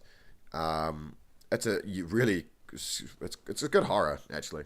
I recommend it if you. Is it more thriller than horror though? That's a good question. I would leave that up to the viewer. Some people get scared easily, some people don't. Yeah. It's not scary. Like it's not jump scary, and it's not. Okay, that's good. I hate jump scares. But it's not like that. I recommend. Don't even watch a trailer. Just sort of take my word. And Kingsman, real quick, go right off the first. Kingsman 2. Didn't see it. Not as good as the first one. It's fine. If you enjoyed the first one, you probably will enjoy some of this, most of it. But if you haven't seen Kingsman, go watch Kingsman. And if you want, watch the second one. It's okay. Blade Runner 2049. Didn't see it. Again, And I feel really bad about it. Yeah, if you've, I only see Blade Runner 2049 if you've watched the original Blade Runner, because there is this sort of weird element, I think, and if you don't like Blade Runner, you may not like Blade Runner. It's hard to explain without really going in depth. I enjoyed it. I really love Ryan Gosling. Harrison Ford was great in it. But yeah, I think just go watch Blade Runner if you'd like to. If you like sci-fi, but also it's not really action heavy. Blade Runner, would you say Blade Runner is not really? It's about as action heavy as 80s film. Yeah, early 80s. Because don't get me wrong, 80s films can get very action heavy, but come on, do it. Come on, I'm here. There's enough action in it that you can say like. Yep. It's a bit of like a detective-esque. Yeah. So if you like that sort of stuff, Blade Runner, sci-fi detective action movie. Yeah. Yeah. So there's fights. There's fights. If you like that, go watch Blade Runner. If you enjoy that, watch Blade Runner 2049. Similar thing. Ryan Gosling, Jared Leto's in it, Dave Bautista's in it, Harrison Ford. Really fun. I recommend it. Cahan, I recommend it. Okay. And last one. Really, wait. What is the other ones you saw this year? Did you see Spider-Man? Just list them off. Did you see Spider-Man? No. Did you not see Spider-Man? No. Go watch Spider-Man. Yeah, he's giving me this look. Oh yeah. Like, Spider-Man: Homecoming. I think I really like Tom Holland as Spider-Man. Obviously, Civil War. Yeah. Really great performance. Love Michael Keaton as the Vulture. I know what happens in it because there's like clips on YouTube and stuff. The trailers do not spoil the movie. No, they There you don't. go. No, they don't. But I spoiled it. Okay. Go watch Spider-Man. Yep. And come back. Okay, bye. Spider-Man's really good. If you like Spider-Man and from Civil War or just in general, everyone loves Spider-Man. Go watch Spider-Man. There's 6 of them now. Holy crap, there is. Yeah, there's the 3. Sam Raimi, Spider-Man 1, 2, 3, 2 Amazing Spider-Man. and there's 1 Spider-Man. And lastly, before we talk about Thor briefly, Baby Driver. Didn't see it. Oh, good one. Baby Driver is really fun. I think it's a unique film. It's got a great soundtrack. It's got really cool characters. It's a cool plot about a guy who's a driver for criminals, but he technically himself he's not really a criminal himself. It's a great story about young love and getting in with different crowds. It's really cool. I just recommend going to watch it. And Thor Ragnarok, which you've seen some of. You've seen the opening stuff. I've seen the opening stuff. Yep. How do you like it? How do you like it? I like it so far. I like the tone of the film. Yeah. I mean, because that's like the biggest thing for me. You can have a good actor and you can have, funny, witty dialogue. Yeah. But the things that really speak through and let you know what kind of film you're in for is the color palette, how it's shot. Absolutely. And the first things you see. The first images that you see let you know what kind of film you're in for. Absolutely. And from what I saw, I really liked it. It was light, it was fun. It wasn't a heavy emphasis on, like the first 2 Thor films. First Thor was what's Thor's place in the world. Yeah. Self-taught lessons and all that. The second one was just a paycheck for Natalie Portman. Yeah, the second one. The second one was. I've only seen the second one twice. I've only seen it once. But yet again, it's a really dark film. Yeah. Like the color scheme's dark. It's set in Britain, so Britain, no you're offense to dark. British people. You're dark, bro. It's rainy, it's dreary, But the third one's really light and it's fun. It's got a Guardians of the Galaxy feel to it. But it's also like not Guardians of the Galaxy. Yeah. And kudos to bloody cheer out to Taika Waititi. Oh, that's insensitive. But yeah, no, I think he did it really well. I don't think he should come back and do another one. I think it's like for Marvel at least. I think it's just I don't need all of my films to be like that. Yeah. It's cool and refreshing. Like I don't need all of my films to be like Hunt for the Wilder People and What We Do in the those Shadows. Those are great. Yeah, and they're also unique. And I think he's really good at doing. It sucks that it doesn't really pop up as much in this, but he's a good dramatic director as well. If you, I think I recommend Boyd because there are moments in that where you sort of get a really deep and close idea around sort of appearance and that. Yeah. Thor Ragnarok, I really enjoyed Thor Ragnarok. I think it was a good turn. How did you feel about did you like Thor and Loki, what you saw of them? Do you still like them? I did. Did you get much of Valkyrie, Tessa Thompson? No, not really. Right. I mean, I got a bit of feel. But I really liked her performance, and I think overall I really enjoyed the movie, and you should keep watching it. Yeah, I shall. You should keep watching it. I think that's it for the movies of the year. Yeah. I think that's it. I think that's It's a big list, you guys. Is there a couple more? No, I rattled off the bottom like Okay. 6. There's a couple of other things that I saw. I saw King Kong. Go see that. Oh yes, Kong Skull. That's fun. What is it like meant to be taken? Don't take it seriously. Okay, cool. I mean, I'm not saying that you won't have fun if you take it seriously, but it's a popcorn flick. Yeah. You know, you sit down, you grab your bucket, you have your drink, you enjoy yourself. You don't think about the plot too much or how it makes sense, because this is a story about a giant gorilla that's just been found. You know, and a pretty much invisible island that's also just been found. It's also shared in the same universe as a big hulking Godzilla. So don't take it seriously. Enjoy it for what it is, and you'll have a lot of fun. Cool. And this next one, I'm gonna argue back. Ghost in the Shell. Okay, Paris saw this film. I did not see this film. Yes, he did. Paris just has terrible memory. He saw this with me at the beginning of the year.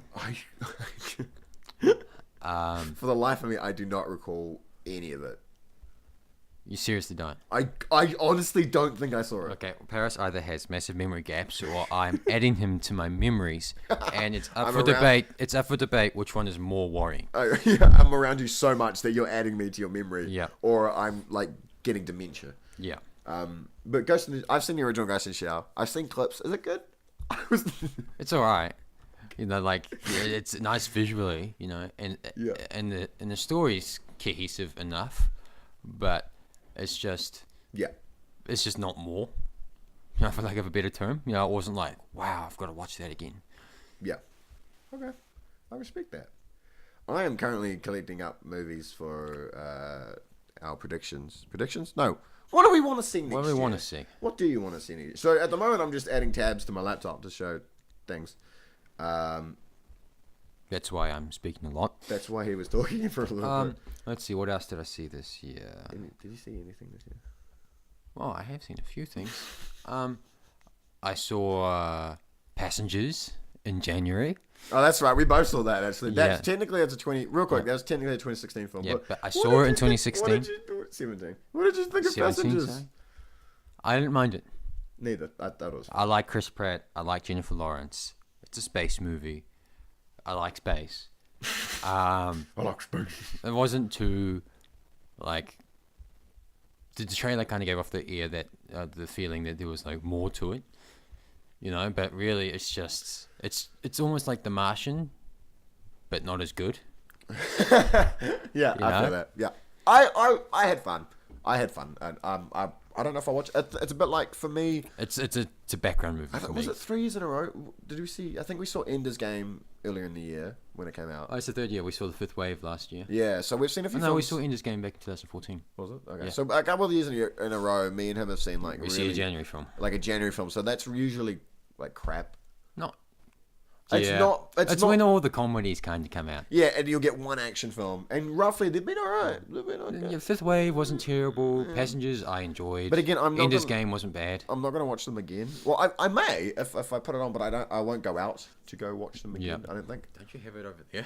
What Ender's Isn't Game? it part of your DVD collection? I've got Ender's Game, yeah. Yeah. But that was like $2 at like a garbage bin. Yeah. All right, so I have just grabbed a bunch of movies from next year, which I will rattle off real quick. Does tab work? No. Okay. So next year's movies are God Particle, which is the third installment to the Cloverfield franchise. Ah. So at the moment, there's nothing really on it. There's the plot synopsis at the moment is a team of astronauts aboard an international space station find themselves alone after a scientific experiment involving a particle accelerator. Did makes the Ridley Earth Scott get his hands on this? vanish. Because this seems like a really Ridley Scott kind of, you know, It's in like a one different movie. direction. One movie kind of ties into the other, but Yeah. it's like it's not obvious. I mean, you could just say that like the audience is too dumb or Ridley Scott is too smart. Yeah. But you know, it's just they don't seem to have much of a connection. You know, which is great. I mean, it's nice to it's refreshing to almost have, you know, where it's not confirmed whether your theories are correct or not. Yeah. You know, you just make up your own theory, whatever makes you feel best. So should we do a rating system? Okay. Would it be yes, no? Exciting. Okay. No, we'll just do yes or no. Go and see it. We'll just do yes, no. Go and see it. Oh, to make this exciting. Yes Wait, and no, is that so- not exciting? Oh, really? You get 3 yeses, and the rest have to be no. Oh, what? No, that's not fun. No, you get 1 yes, and the rest have to be no. No. We'll go. What's a rating system? Okay, we'll do a. If we ever do things like this, we'll have our own rating system. People in the comments, We'll think ahead. give us suggestions. Yeah. Yours will probably be better than ours. Welcome back, by the way, if you're here. Well, congratulations for Yeah, not yeah. leaving or falling asleep. We're at an hour. We'll wrap it up soon, but We're we've been at here for an hour and and- 25 minutes. Okay, what should our rating system be? I don't know. Give me 5 objects. Just 5 things. 5 objects. Just 5 things. a glass, a banana. Okay, glass, banana. What? Go ahead. A laptop, a couch, and TV. Okay, I'll rate those. Out of those things, the banana is my least favorite.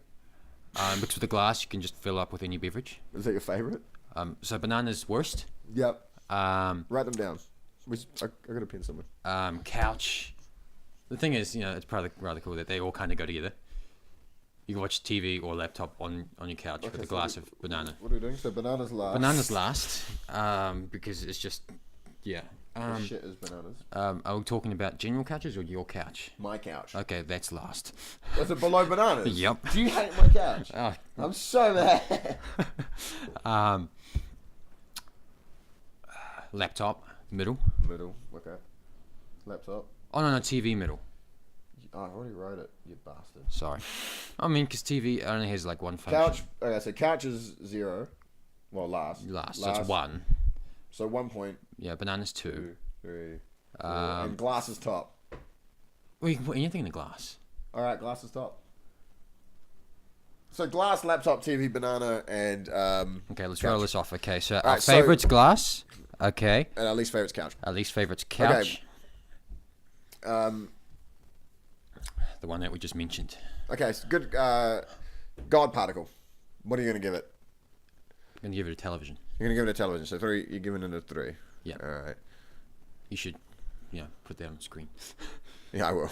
God particle 3. All right, next film. I'm using the wrong mouse. Oh, what Next about film. you? Oh, what am I Do you, giving want me it? to give, do you want me to give you a different rating system? We have No, different we're rating going to be here systems. forever. What am I going to give it? I'm looking forward to it. I loved 10 Cloverfield Lane. Yeah. Did you watch it? No. You know, okay. It's probably why it's Guys, I need a new host. yeah.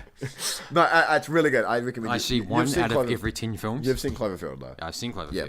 I'm Scared gonna. the crap out of me. I'm gonna give it a. I'm gonna give it a 4 A 4. because I really enjoyed. There's no 4s in this, Paris. You gave it a. I'm giving it a laptop. Giving it a laptop. I'm giving it a laptop. Very nice. All right, because I really enjoyed. This 10 is the Cloverfield Lane. temporary rating. Next No, time it's we do a permanent. rating, it's No, changing. it's permanent. No, it's permanent. Oh. Black Panther. I will also give that. Not also. Also, what do you mean? I'll give it a laptop. A laptop. Oh, I did 4. Somewhere between laptop and. No, it's either laptop or glass. No, laptop and television. Are you really not excited for that? Well, I mean, as I said earlier on in the podcast, none of that second line really grabbed me, apart from Doctor Strange. Okay. But because it's a Marvel film and I'm expecting good quality, I'll boost it up to a 4. 4. Okay. No, there are no 4s. It's a laptop. I'm gonna give it a 4 as well. A laptop, sorry. I'm gonna give it a laptop because I'm not like pumped. This isn't my pumped film. I'm really excited to see where it goes. And I love the cast: Michael B. Jordan, Lupita Nyong'o, Martin Freeman, Andy Serkis, Lolita Wright, Winston Duke, Forrest Whitaker, and of course Chadwick Boseman. Yeah. I love the cast. I love the director, Ryan Coogler. Yeah. Like such a good director. And like you said, Marvel. Can it go wrong? We'll see. We'll see. Next, Tomb Raider. Isn't one of those already? Oh, no. I'm going to give that banana. A 2? Okay, a banana. A banana. Because I like the games. Yep. I really like the new games. I like the old games even. It's got so Alicia Vikander is playing Lara Yeah, Croft. I don't know much about it. I don't know the plot. I think it's based on the newer games. Might be. But you know, it's not. I'm not so disinterested to give it a couch. I'm giving specifically Paris's couch. I'm giving it my couch. Okay. I'm putting it on my couch. You can stay there. I'm given these video game adaptations too many second chances. I'm sorry. I've given them too many second chances. They've got to. I mean, that's the thing, because there's only been two. This will be the second video game movie that I actually care about. First one being Assassin's Creed last year. Was that good? Oh no, the year before. Oh no, last year. This year. Yeah. Was right. Okay. I know. I saw that this year as well. Because Assassin's Creed. Oh, did you? No. I saw that this year. This came out. That came out this year. Didn't it? I think. I'm gonna Google that. I saw it with your brother. Assassin. Anyways, whilst Paris is searching for that, how are you today? I'm good. I got the film. Hold on. Sorry. December 21st, 2016. Okay, I was right. It did come out this year. That's last year. Oh, damn it. God damn it. You can tell I'm ready for the new year. You can tell you're tired. New Mutants. New Mutants. Is that a Ninja Turtle movie? No, it's not. It's an X-Men movie. Oh. Yeah, you can tell I'm excited for this one. I will also give it... No. Oh, no. I will just put Fox. You saw the trailer, didn't you? No, but this is still Fox. Yeah, but I mean... This is Fox. It's got... Okay, I'll give that. I'll also give that. Maisie Williams is in it. Oh, I love myself some Game of Thrones. But there haven't been many good films with Game of Thrones actors in them. I'm going to give that a banana. A banana. Standing out a whole bunch today. I'm going to give it a TV because it's a horror Marvel film. Oh, yeah, that's Should right. I have mentioned that?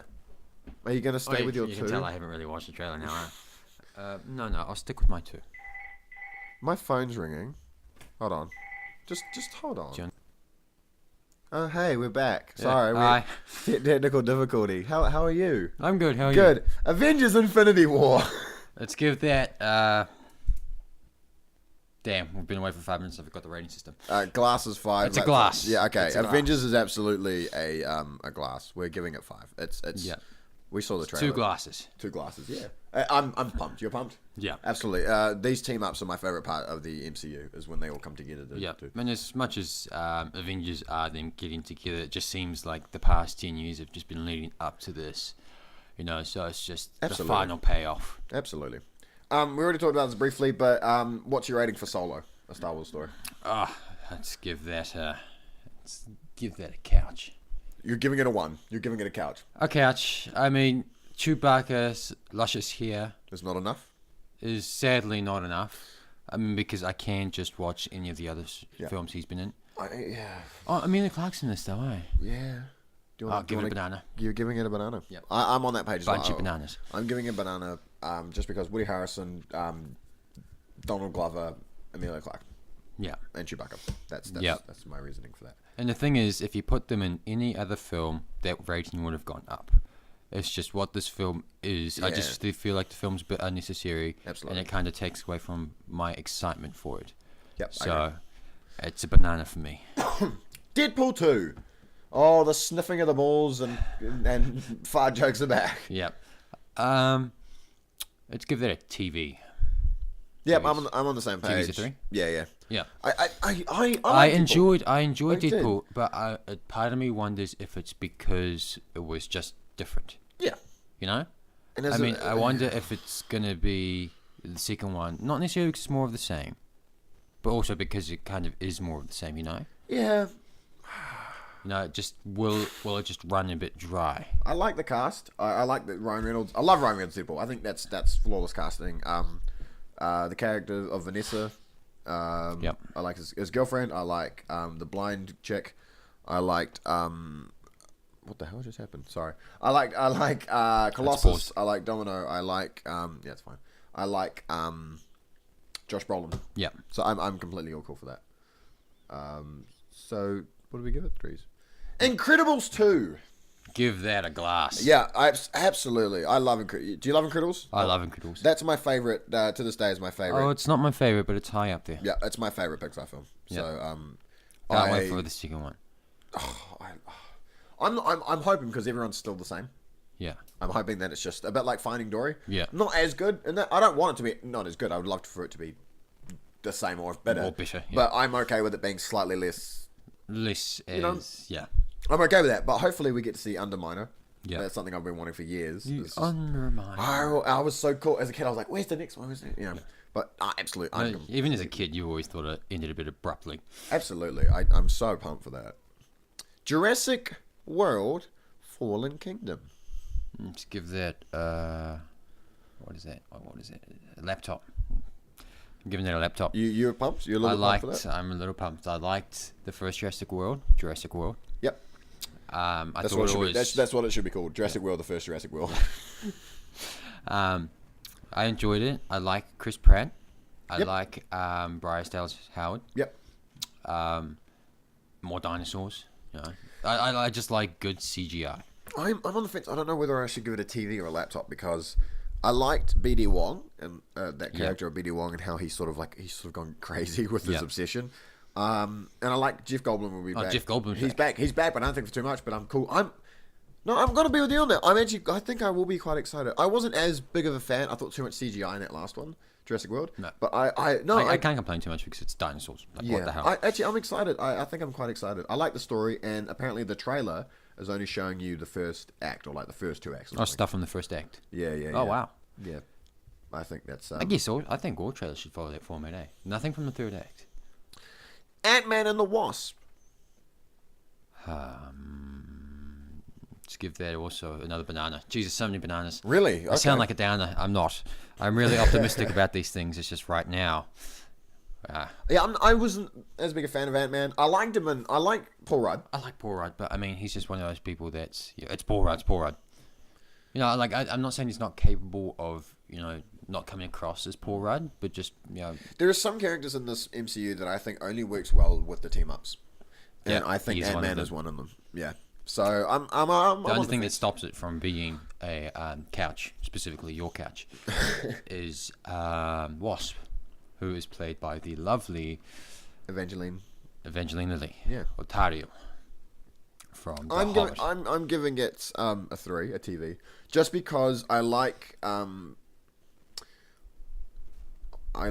it enough. I think I'm into it enough that I'm not going to be disappointed. Yeah. But I hope I walk out of all these and say like, oh, I should have given it a 5. Yep. You know. Here is a completely in our genre. Mamma Mia, here we go again. I won't lie. Mamma Mia has a special place in my heart. Does it? Not for any We look deep like emotional ABBA in reason, some but photos. it's just always on TV quite a bit. Or not TV, on DVD quite a bit when Yes. I was younger. You know, my older sister liked it, my mum liked it. You know, so I'll give that a TV. You give it. I mean, ABBA. It's just ABBA. I love ABBA. I mean, it's not obviously ABBA, but it's covers of ABBA. So I'm giving it. it's also got TV. Pierce Brosnan. I like Pierce Brosnan. I like Colin Firth. I even like Will Turner's father. Oh, I'm Stellan Skarsgård. That's the one. I'm just giving it a 1. I don't really. That was for shits and giggles. Mission Impossible 6. Jesus, just more bananas, eh? Nah. I liked. Oh no, I'll give that a TV too. I liked, Foreign Rogue Nation. Rogue Nation, and I liked Ghost Protocol. Yep, I like both I of liked Rogue Nation, but I like Ghost Protocol more. Yep. You know? So it's wondering if it's just. I mean, I'm just wondering which one will be more like. You know, I mean, there's no big difference between So you're the giving two. it a banana I still, like or the first. Still giving it a banana? No, I'll give this on the TV. Okay. All right. I'm fingers crossed. I mean, I'm usually down on the whole Tom Cruise thing, but I know that he can. Mission Impossible is like his comfort zone, and he can do his best when he's in there. I'm giving it a laptop because Laptop. Henry Cavill's in it. Yeah. We haven't seen him in much, really. Yeah. I didn't see Man from U.N.C.L.E. It's another spy film, eh? You know, he's just Superman or a spy guy. I love Simon Pegg. I like Ving Rhames. Also, Michelle Monaghan is back as Ethan Hunt's wife. Yep. and Alec Baldwin. I like that cast. Yeah. So I'm keen to see that. Yeah. The Predator. We're getting another Predator. Oh, give me a glass. Really? You? Oh yeah, I love Give me the a- first Predator. Give me a quick insight on what you like about Predator. It's just it was when you're a kid, Yeah. and you kind of make that little bit of a leap to like 12, 13, and you can kind of start watching more Some stuff. of those are 13, or like 14, bloody, yeah. one of the first things I watched was Alien vs Predator. Oh yeah. Now say what you want, whether it's good or it's bad, it struck with me. It Yeah. just struck a chord with my 13-year-old self. It was Right. like, I just really liked it. Yeah. It was that. The Predator symbolized the kind of cool badassery that you kind of thought you had when you were 13. Yeah. And like, in some weird way, I kind of connected with the Predator back when I was 13 because I thought we were both really cool. But But since then, obviously, a couple of Alien films have come out. Yeah. I mean, I was always more of a Predator fan than Alien fan. Right. And I mean, they weren't Did bad. you've seen obviously Arnold's Predator and Yep, I love Arnold's Predator. I'm not a big fan of this. Second I'm not a big fan. I like the second one because Predator's in it, and I like Danny Glover. I like Danny Glover. I'm too old for this shit. Yeah. What about 2010's Predators? I don't mind them. Yeah. It was kind of a cool take on like it's not just another predator on Earth kind of thing. They went to like they were almost dropped into the cage, and they were meant to be hunted. But yes, I'm looking forward to this, and it's done by Shane Black. Yeah, Iron Man 3. This is interesting because Kiss Shane Kiss Black. Bang Bang. Shane Black was in the first one. Yeah. He wasn't He was one of the director, army right? dudes. He was in it as an Yeah. actor, and I like Shane Black. I also like the actors in He it. did Kiss Kiss Bang Bang, yeah. Yes, Yeah. Kiss Kiss Bang- I Iron love Man that. 3. He Val did, Kilmer, my favorite Val Kilmer. The Nice Guys, which I really enjoyed with Yeah. Russell Crowe and Bald Harbrook's in it, who was the villain in Logan. Yeah. The guy, he's going to be in this Predator film. Olivia Munn, who I really like. Keegan Michael Key, I was talking about Key and Peele before, who I really like. Thomas Jane, who was Yep. the Punisher not too long ago. Yep. So I don't know, I'm going to give it a 4. I'm going to give it a laptop because I'm not, obviously I don't have that same sort of pump, but I think it's a good direction. I'll be very interested to see what it's like. I mean, I'm always a sucker for interconnected universes. And Yeah. so, like, Alien has the same universe, Predator has the same universe, and so does Blade Runner. Yeah, That's an interesting thing that not everyone knows, but, like, everyone knows, but no one really knows it kind of thing. Yeah. You know? Next on my list, sorry, I didn't mean to cut you off. Oh, sorry. Did you have anything else to say? No. Okay, Robin Hood. You shouldn't let me cut out in a graceful way. Robin Hood. There's a 2018 Robin Hood. Is it a Disney remake? No, it is. Who is doing it? Summit Entertainment. Who is Summit Entertainment? Okay. It's got Taron Egerton from Kingsman as Robin Hood. I am. It has Jamie Foxx Oh. as Little John. Yeah. And Ben Mendelsohn as the Sheriff of Nottingham. Ben Mendelsohn. No, I'm sorry. I have to give that a 1. Really? Nah, What because what it's turned you just- off that? What? No, I was initially so used to Jamie Foxx, and I was like, yeah, this could Do you be not a like Ben television. Mendelsohn? But no. I'm not. I mean, obviously, when stars die, unfortunately, they pass away. You get reminded. I love Alan Rickman's Sheriff of Nottingham from Robin Hood. from Prince Robin of Hood, Thieves. Prince of Thieves. Yeah. I love it. I mean, I could have gone without Kevin Costa. Costner's and Robin his, Hood. and his body double ass from that yeah. scene. That's all I really remember from that film. But he was so cool. He was like half Severus Snape, half the bad guy from Die Hard. Oh yeah, I feel that. You know, he's like the perfect mix of the both. I mean, and Severus Snape and the guy from Die Hard, they're great as well. They're perfect too. Yeah. But it's just gonna be a reminder of not he's not here anymore, but it's just gonna be like it's always gonna be in comparison. Yeah, You I know? feel that. Okay, I feel that. I'm gonna give it a 3 because I love Alan Rickman, but I don't have that attachment because I've seen other Robin Hoods. Yeah. And I saw the kid Robin Hood, but Yeah. that was I've seen ones before Alan Rickman, so it's Yeah. one of those things. So I like Taron Egerton. I'm one of those people who are campaigning for him to be Wolverine, actually. Oh, yeah. Because I think he's young enough where he can sort of play that, but also I think he's really good at accents as well. Yeah. And he's worked with Hugh Jackman on Eddie the Eagle, so he could just be like, Oh, there you go. "Hey, Yeah. give me some help." Yeah. Love Jamie Foxx and Ben Mendelsohn. Really good year, this 2016 and this year. With Yep. things like Rogue One and that. So no, I'm giving that a 3. You're I hear you, but you're wrong. Venom. Tom Hardy's Venom. Tom Hardy's Venom. Yes. That's an actual thing. That is an I see actual the thing. fan trailers, but I always discarded that. Nope, Tom Hardy is playing Venom in Sony's MCU. So this is the first film in Sony's Marvel universe, which is adjacent to the MCU. So it's part of it, Kind of. but it's just done by Sony. Yeah. Okay. And it's Eddie Brock and Tom Hardy. So it's part of the universe, but it's just. But it's Sony. So it's the same Spider-Man, played by a different person. I'm not. There was no mention at the moment of Tom Holland actually being a part of it. But if there was a Spider-Man, would it be a different Spider-Man? No, it shares the world with Spider-Man Homecoming. Okay, then he would be. I'll give that a 3. I love Tom Hardy, and he's the sole reason alone why it's a 3. Okay. Because I mean, it's a movie that I haven't heard much of. My last taste of Venom was that really annoying white guy from the early 2000s. Yeah. You know, That guy who the was- one that was on the 70s. Yeah. I always wanted to punch him. Okay. And the Venom suit. I mean, I guess it was accurate to enough. It just always creeped me out. I mean, what a freaky thing. Oh, Tom Hardy now.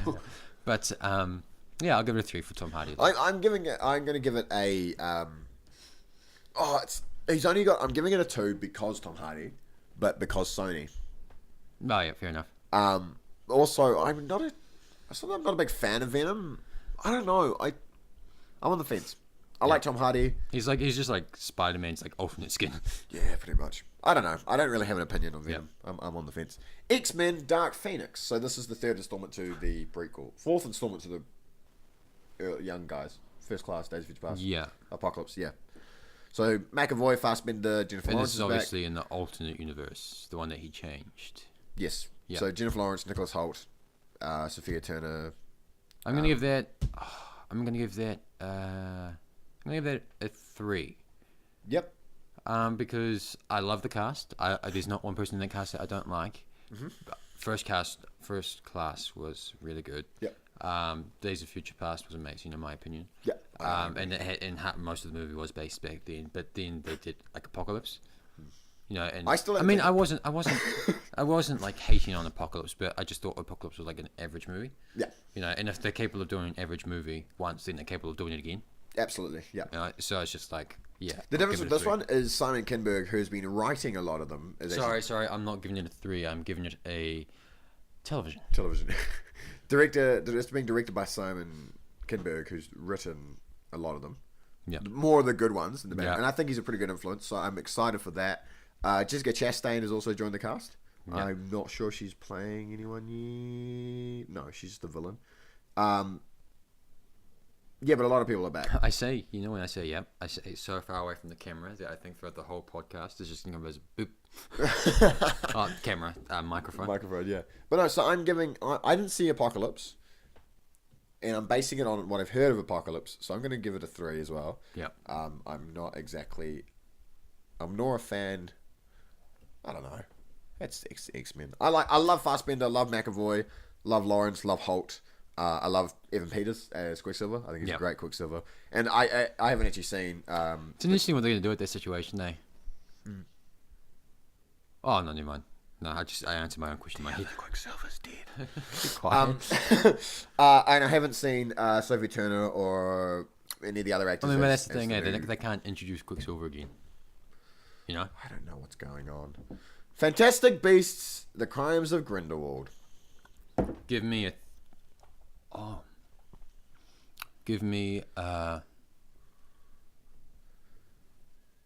Did you like Fantastic Beasts and Where to Find Them? I liked Fantastic Beasts. I didn't like Eddie Redmayne. Really? Yeah. Really? I'll give that a laptop. Laptop, you giving it a 4? I mean, despite how much... I mean, I didn't hate Eddie do you Redmayne. like Eddie Redmayne? I like Eddie Redmayne. But you don't like... You didn't like... like Theory of Everything. Love that film. You don't like Newt Scamander? Yeah, I just found him as a hard character to connect with. I mean, I think they went in a great direction there. It wasn't Harry Potter 2.0. Mm-hmm. You know, and I think they did great. But I always found that Newt Scamander... I mean, because just of how eccentric he is, and like his character is socially awkward, it was kind of hard to connect with him. Yeah. You know? And in turn, it kind of just affected all the major relationships in the film. Right. You know? So, but I love the CGI. I like the whole concept. I love the director as well. He did the last sort of 4. I like the Harry concept. As much as some people will say no, I think that Grindelwald could be a very good character played by Johnny Depp. Yep. Because if you watch some of his earlier stuff, like What's Eating Gilbert Grape and From Hell and stuff like that, he can act. You know, he's not just Captain Jack and the Mad Hatter. And I am hoping that's where he does. Yeah. I'm hoping. Also, I love how J.K. Rowling is writing this movie. I'm hoping that she obviously has taken some lessons in writing, because it's different to write a book to write a script. Yeah. But her stories are great. Yeah. I'm hoping that means this will be quite good. Jude Law wasn't my first pick for Dumbledore. But do you like it? I like him. Yep. Yep. Do you like him being cast as Dumbledore? He was like, because he wasn't in the conversation, you know, so I never really thought of him. Yep. But if he was in the conversation, then he would have been like two or three. Okay. Because my number one was Ewan McGregor. Ewan McGregor, as I just said, was he was my original pick right, for, yeah, sorry. Grindelwald. Random cut, I hope you know this. For Dumbledore.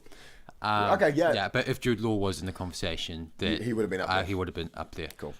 So as long as they focus on Grindelwald and Dumbledore, you know, then I'll be happy. I'm interested. It's not that I didn't like Eddie Redmayne. I liked it. I liked the four members from the cast. I can't remember them. Dan Fogel, Catherine Waterston, and the other girl who's a singer. I enjoyed them. I kind of want them to sort of slowly be pushed out. Like maybe they take a secondary role. Because I mean, the thing is, like, I'm a pretty big Harry Potter fan. Like, I read the books multiple times, watched the movies multiple times. And I mean, I'm not pretentious or enough to be like, oh, that's not how it happened. Yeah. I mean, J.K. Rowling's writing stories; she can do whatever she wants. Yeah, exactly.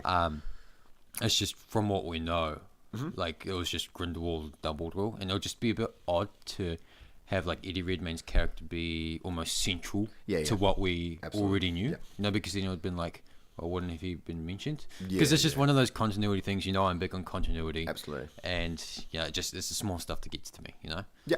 But I mean, even if they do take in that direction, I'll probably enjoy it. So yeah, it's a 4. Cool. A laptop, sorry. Did I give it a laptop? What did I give it? Oh, I'll give it a laptop. Yep.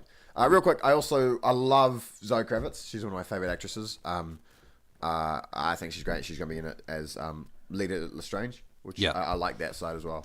And I think Claudia Kim, who we saw briefly in Age of Ultron. Yeah. I'm interested to see what she's like. Yeah.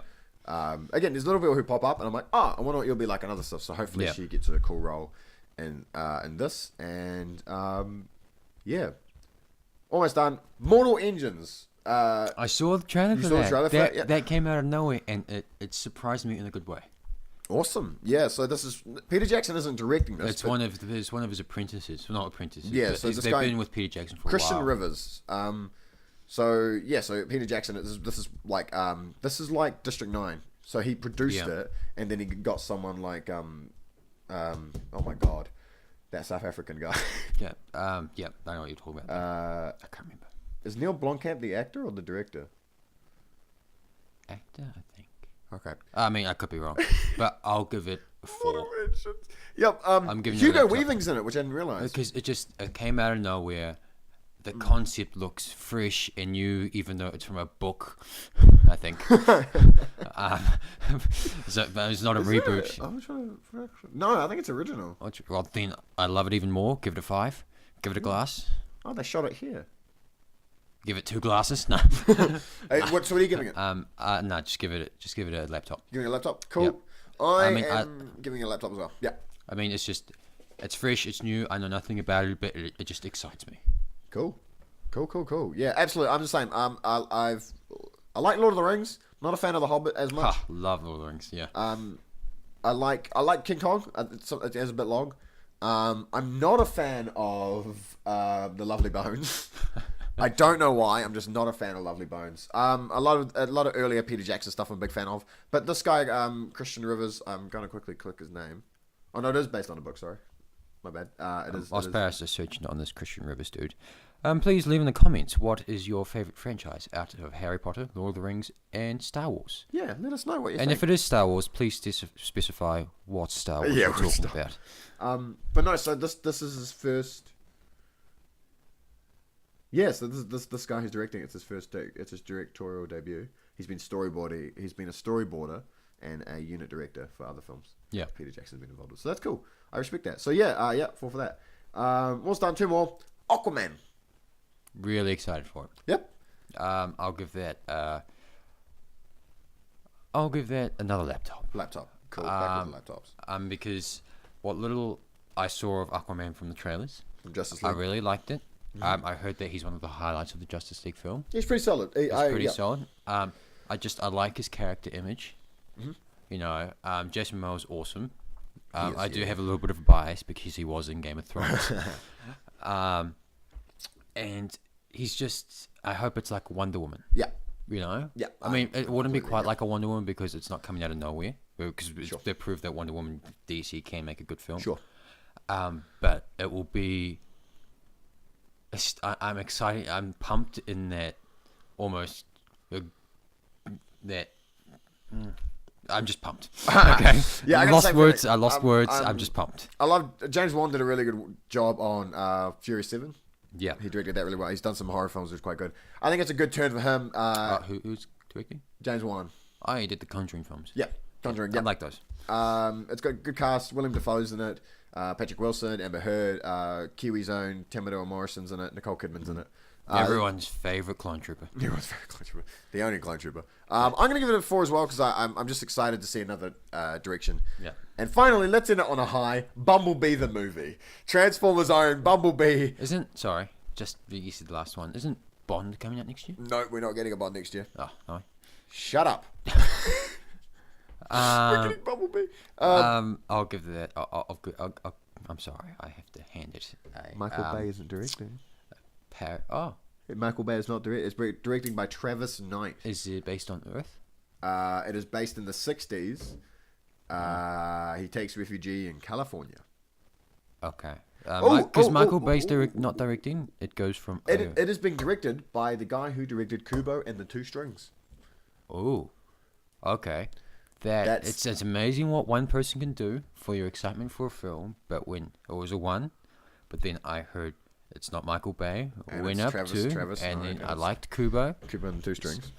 But I'm looking. Do you know what I'm looking at right now? that would have gone up to 3, but I think I'll stay on the banana because Right.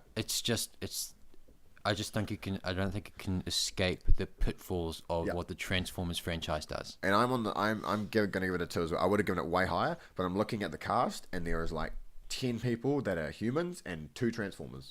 Oh, there you go. The damn problem with the Transformers franchise, and I've got a video on it. Go check it out. Transformers rant video. I talk about it the whole time. Humans are the problem with the Transformers franchise. Too many humans. Haley Steinfeld, John Cena. You can't say that. I'm sorry. What the fuck? What are we? John Cena's acting. John Cena's in it. Huh? He's an agent from Sector 7 called Burns. He's trying to do the Rock thing, eh? Yeah. And Bumblebee, a random Decepticon, and Peter Cullen, who voices Optimus, will be in the film as well. I'm giving it a 2. I'm sorry. I can't handle that. I'm done with that. All right. That is us for the first episode of the Sir Brady Podcast. Cahan, thank you so much for joining me. You're welcome, Paris. That has been Thank you for having me. Yeah, well, I couldn't have done it with anyone else. I could have, but I chose you.